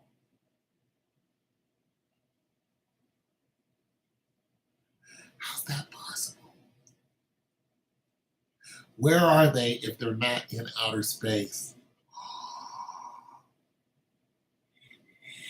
Have any of you seen Ant-Man's new movie? The Quantum Realm. Let me blow your mind. Everything that you've ever seen and ever heard of exists. And there is nothing that in our lifetime that has ever been created. Madame Curie did not create, she did not create nuclear fusion and all this, whatever they said she created. She did not create, she may have discovered it. She didn't create it. See, we discover. Christopher Columbus, so-called, and he didn't really do it, but Christopher Columbus, so-called, discovered Americas, but we already know there were Indians here and Black people here long before Christopher Columbus got here, and he wasn't the first European that got here. The first European people that got here were actually the Vikings. namely Eric the Red. The Vikings had a fear of open water because they would get lost. So what they would do is they would sail along the coast. They would find coastal waters and sail along the coast. Sometimes as far as what they could see, as long as they could see the coast, then they would sail along the coast because they were afraid of open waters because they would get lost at sea and they'd die out there. Eric the Red is the first one that found the Americas. Anyways, so yeah, I'm just talking. I'm just the tall white people. How is it possible that Africans have seen a city in the sky? A whole city they saw floating in the sky. And in China, they saw the same city. How's that possible? How'd that happen? During the same lifetime, not even a year or two apart. A whole city. They saw it floating. All the villagers, they were like, there's a city in the sky floating. Asians saw the same doggone city. How's it possible? Somebody help me out. Make it make sense. Where'd that city come from? Was it a mirage? What's really crazy is it showed up, then it disappeared.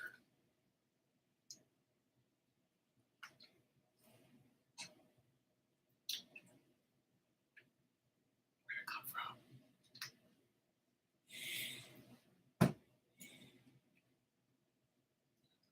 Where'd that city come from? There's a guy said he was taken up into a UFO, and when he was taken into the UFO, this place was so large that it could harbor hundreds of large airplanes, of 747s. They said there was a whole city in there. And it was in a moving ship. What? Recently, they said there was a UFO that touched down. It was a mile long. And when it touched down, it caused an earthquake. We are not alone.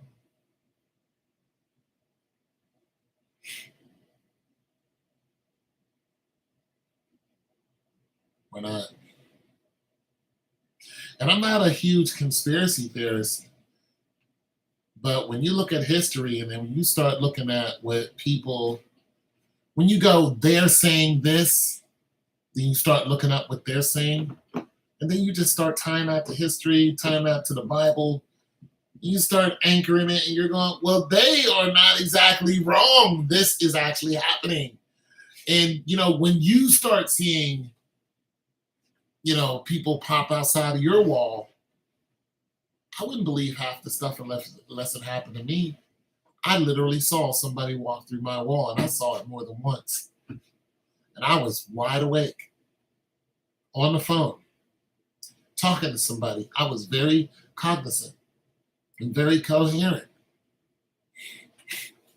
I knew where I was, knew what was happening, and I watched a person walk through a wall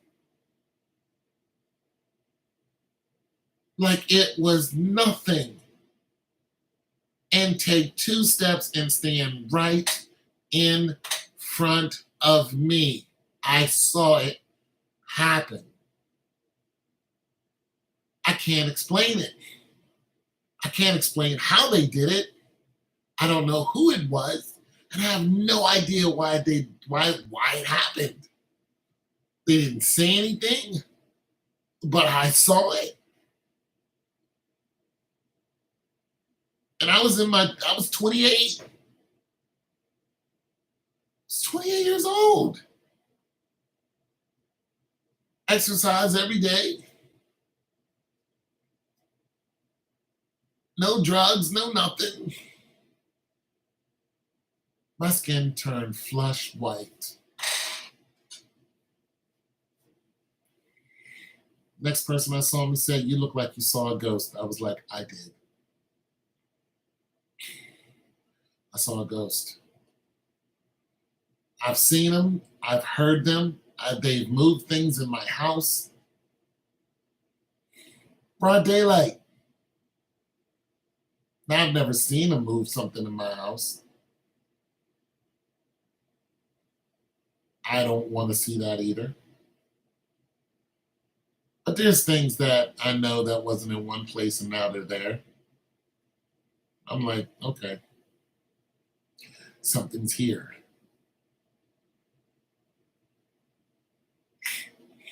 So we're not alone. We need to stay prayed up. And if your family or you guys do witchcraft, you're in trouble.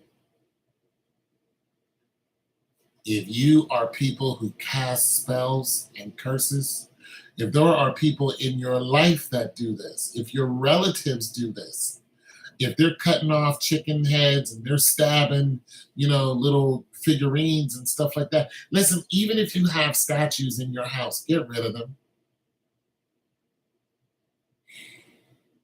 If you have baby dolls in your house, get rid of them. You got stuffed animals in your house, get rid of them. I know you're like, Tone, that's ridiculous. Okay. You think it's ridiculous? All right.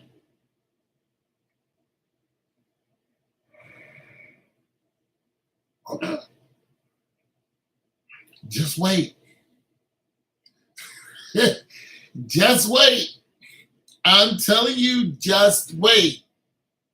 And when it happens to you, you're going to be like, Tone told me to get rid of these things. Just look, you know what? Keep them. No, I'm not even going to say that. No, get rid of them. You got baby dolls, figurines, and stuff like get rid of them. Get rid of them, get rid of them, get rid of them, get rid of them, get rid of them. You got these little, I don't care what kind of doll it is. Get rid of it. You got statues of people in your house and get rid of them. There are certain pictures in your house you better not have. Get rid of it. Get rid of it. That fake picture of Jesus, get rid of it.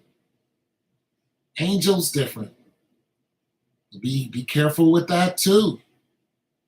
The Lord says when you speak out loud, be careful. You could be entertaining angels. Whose angels do you think he's talking about? Heavens or hells? It says that in the Bible. Be careful of speaking out loud. You could entertain angels. A lot of people, y'all talk to yourself. I know I do sometimes. Angels can hear you. Why would God warn you against angels hearing you? Why would he do that? How many of you have some type of doll in your house?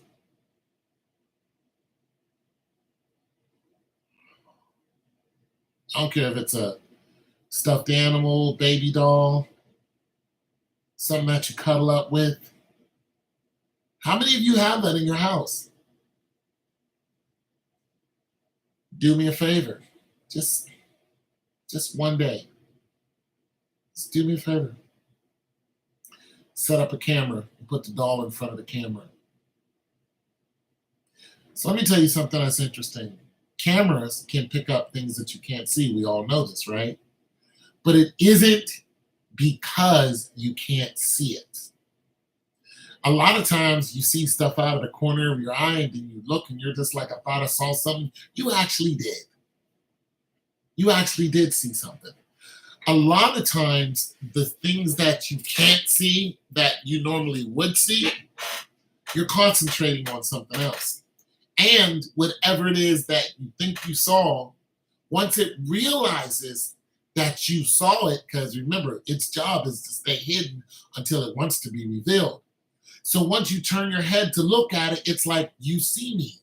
I need to be still so you can't see me anymore.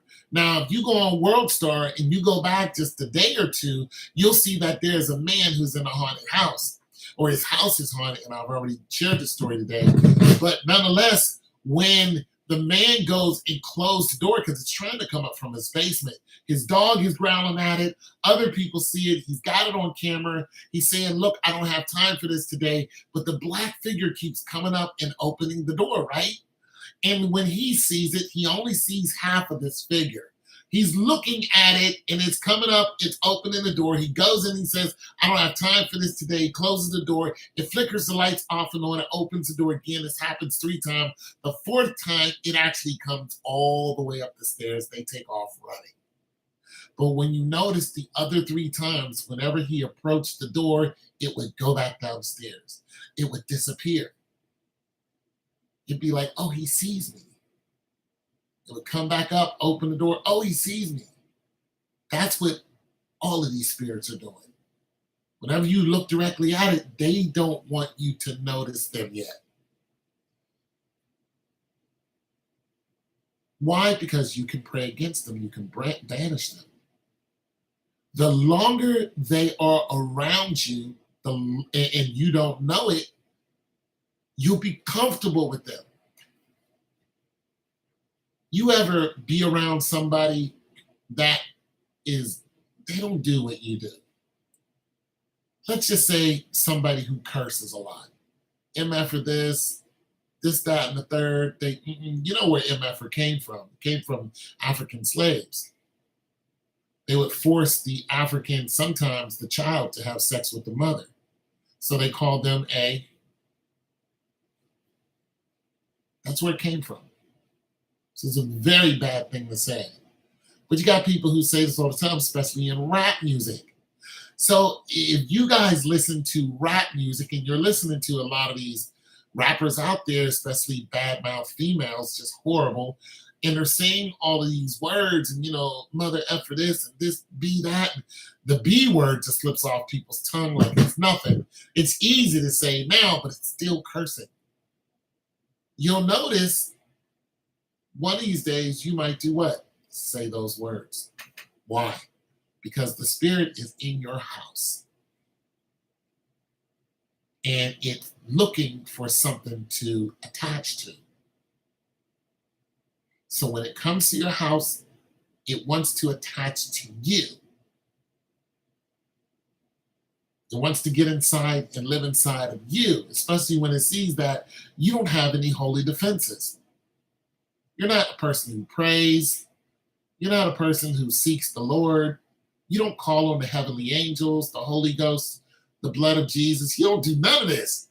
So you're in the house dancing every day. It's nothing to you. Next thing you know, you start saying these words. Or your child, or your parents, or somebody else in your family that doesn't speak like this. And, parents are going, why are you listening to this music? And the kid's going, it's because I like it. And the person, is cursing and all this. That spirit is in your house. And if you don't defend your house and kick that out, you're going to start talking like this. Next thing you know, you're going to get angry for things that you never got angry about. Then when you get angry, you're going to get violent. Very violent. You're going to get uncontrollably violent. You might have a whole family in your house. Or it might be just you. But you're going to get violent and you're not going to understand why you're so pissed off and irritable all the time. What am I mad about? I don't even know what I'm mad about. What's making me so angry? Just woke up in a bad mood. And now I have a habit. Listen, you don't have any habits. You have spirits.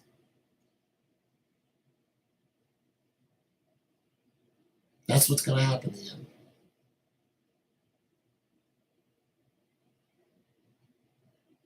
And when you get around people, they're going to irritate you. And what's going to happen? You're going to become violent with them. Reasoning and sensibility is going to go out the window. especially if they also have a violent spirit. Now you two are, selling wolf tickets to each other, and now you're getting beat up or you're beating somebody up. And when it's all over, when somebody comes and stops it, and then reasonability sinks in, you'll be like, what did I just do? Did I just get into a shooting match over a parking space? And there's plenty of parking spaces. Did I just beat the hell out of somebody's mother because of something in the store she wanted to buy and I wanted to buy it too, and there's plenty more because of the principle, the respect. I could have just picked this one up, but I didn't. I wanted this one, and then she grabbed it. I said something to her, and then she did her head like this. And I took that as an invitation to whoop her ass.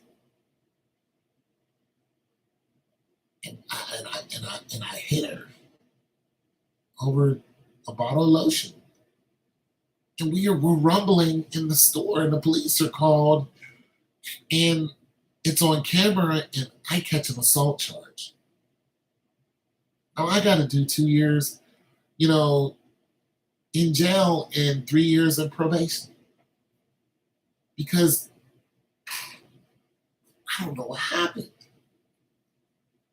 The music you listen to, that's what happened. The shows you watch,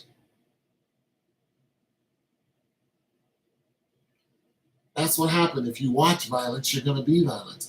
I used to watch Fight Comp on World Star all the time. I had to stop watching it because I noticed that spirit came in my house and all I could think about is violence. So I turned it off and I stopped thinking about violence.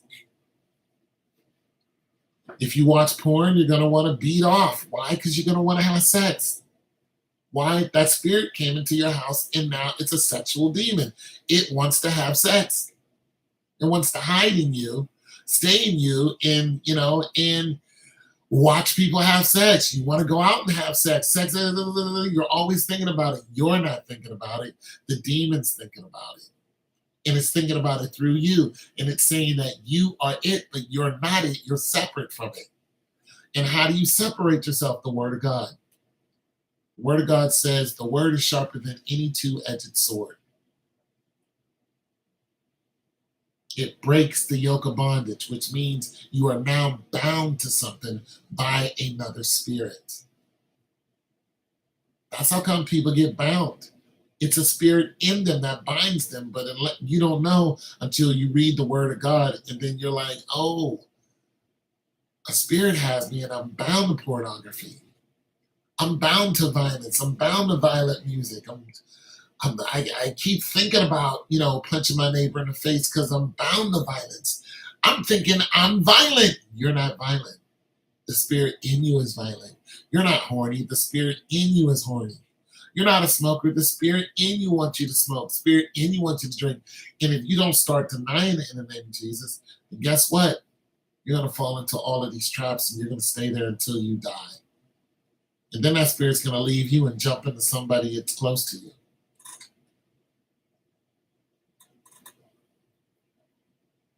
You don't start fasting and praying just to kick that spirit out of your life and out of your house. It's going to stay there until you die. Drag you to hell with it. You don't want that. And now the spirits are more active than they ever been. If you don't believe me, listen, if you don't listen to Christian music or holy music, just turn some on. Or, even better, turn on a YouTube channel that's just talking about the Bible. Turn on praise and worship music, or turn on somebody reading the scriptures. Aggressively active. You can be aggressively active towards something that's beneficial. You can have a zeal for something that's beneficial. And I don't care if you guys are talking in the chat. If you want me to cover something, then I don't care about you guys talking in the chat. I actually think you guys should exchange information because you guys have great conversations. But when I'm gone, the conversation's over. So I don't know how dangerous that is, but I think you guys should do that. But yeah. So I'm just saying, you guys, I'm hungry.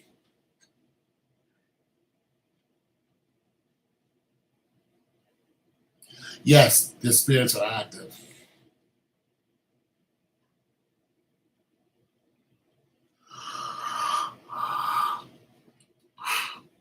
They want you. Sometimes I walk around and I just bless my house. In the name of Jesus. Cross here, cross here, cross here. I used to read this book I really liked. And I liked it because of the cartoons that were in it. They were aggressive. They were very graphic, you know, but very interesting stories, sometimes futuristic creatures. And, I'm into a lot of that stuff. Like, ooh, what is this?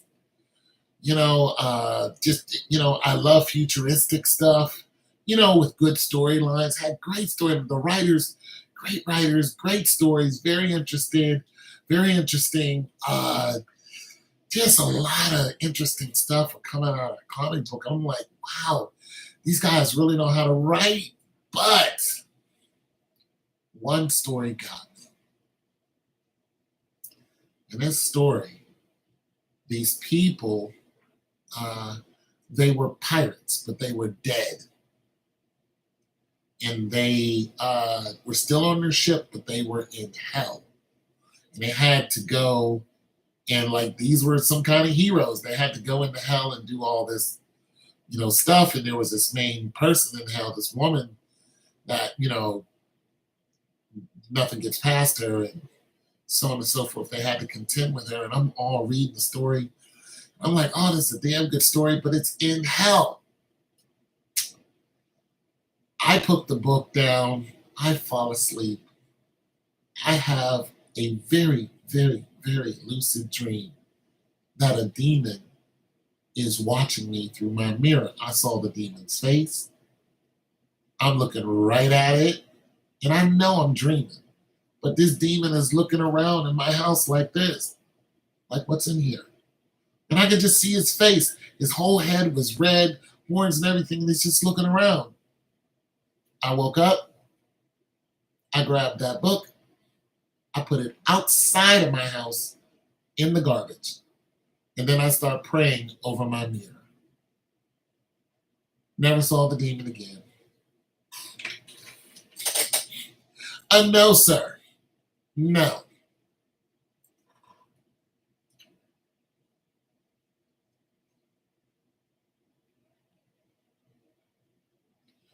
Well, I said that because when I leave, you guys aren't able to communicate. I mean, I know he's married, and I know you are a very content woman. But, yeah. So you guys aren't able to talk. But, yeah. So I got rid of it. Have you ever had a dream inside of your dream?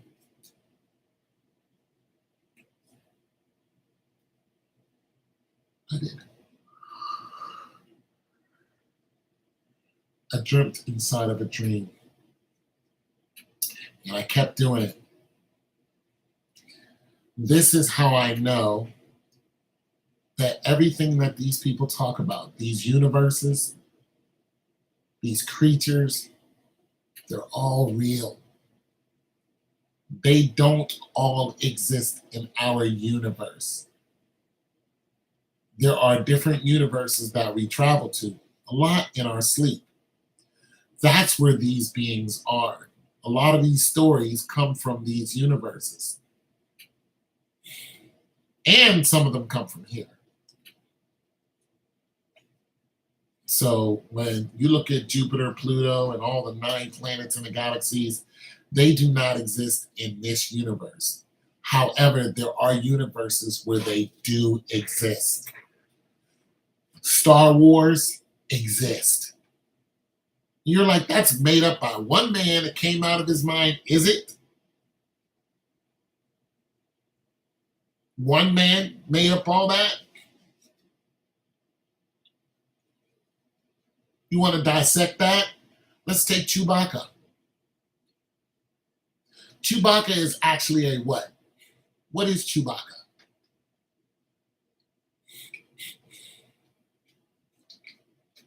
You can dissect everything in Star Wars and trace it back to something real, especially the creatures.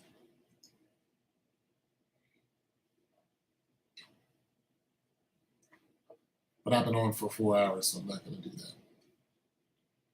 But if you look at Chewbacca, what is Chewie? What's Chewie?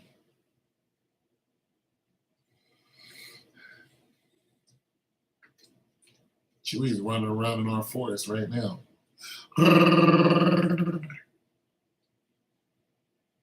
All the traits of Chewie are the same thing these people keep saying.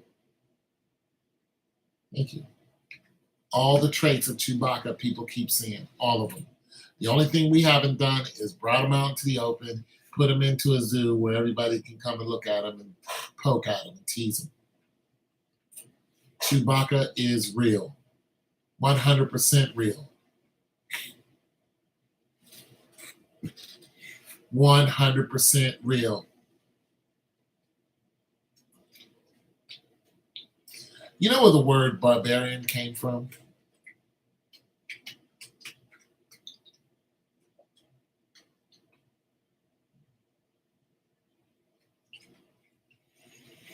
It's because the people who ran into the Vikings could not understand their language.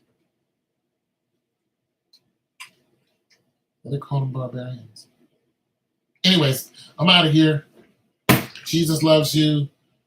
Get some prayer in your life, fasting, and get rid of all idols, baby dolls, stuff like that. Get rid of them. Out.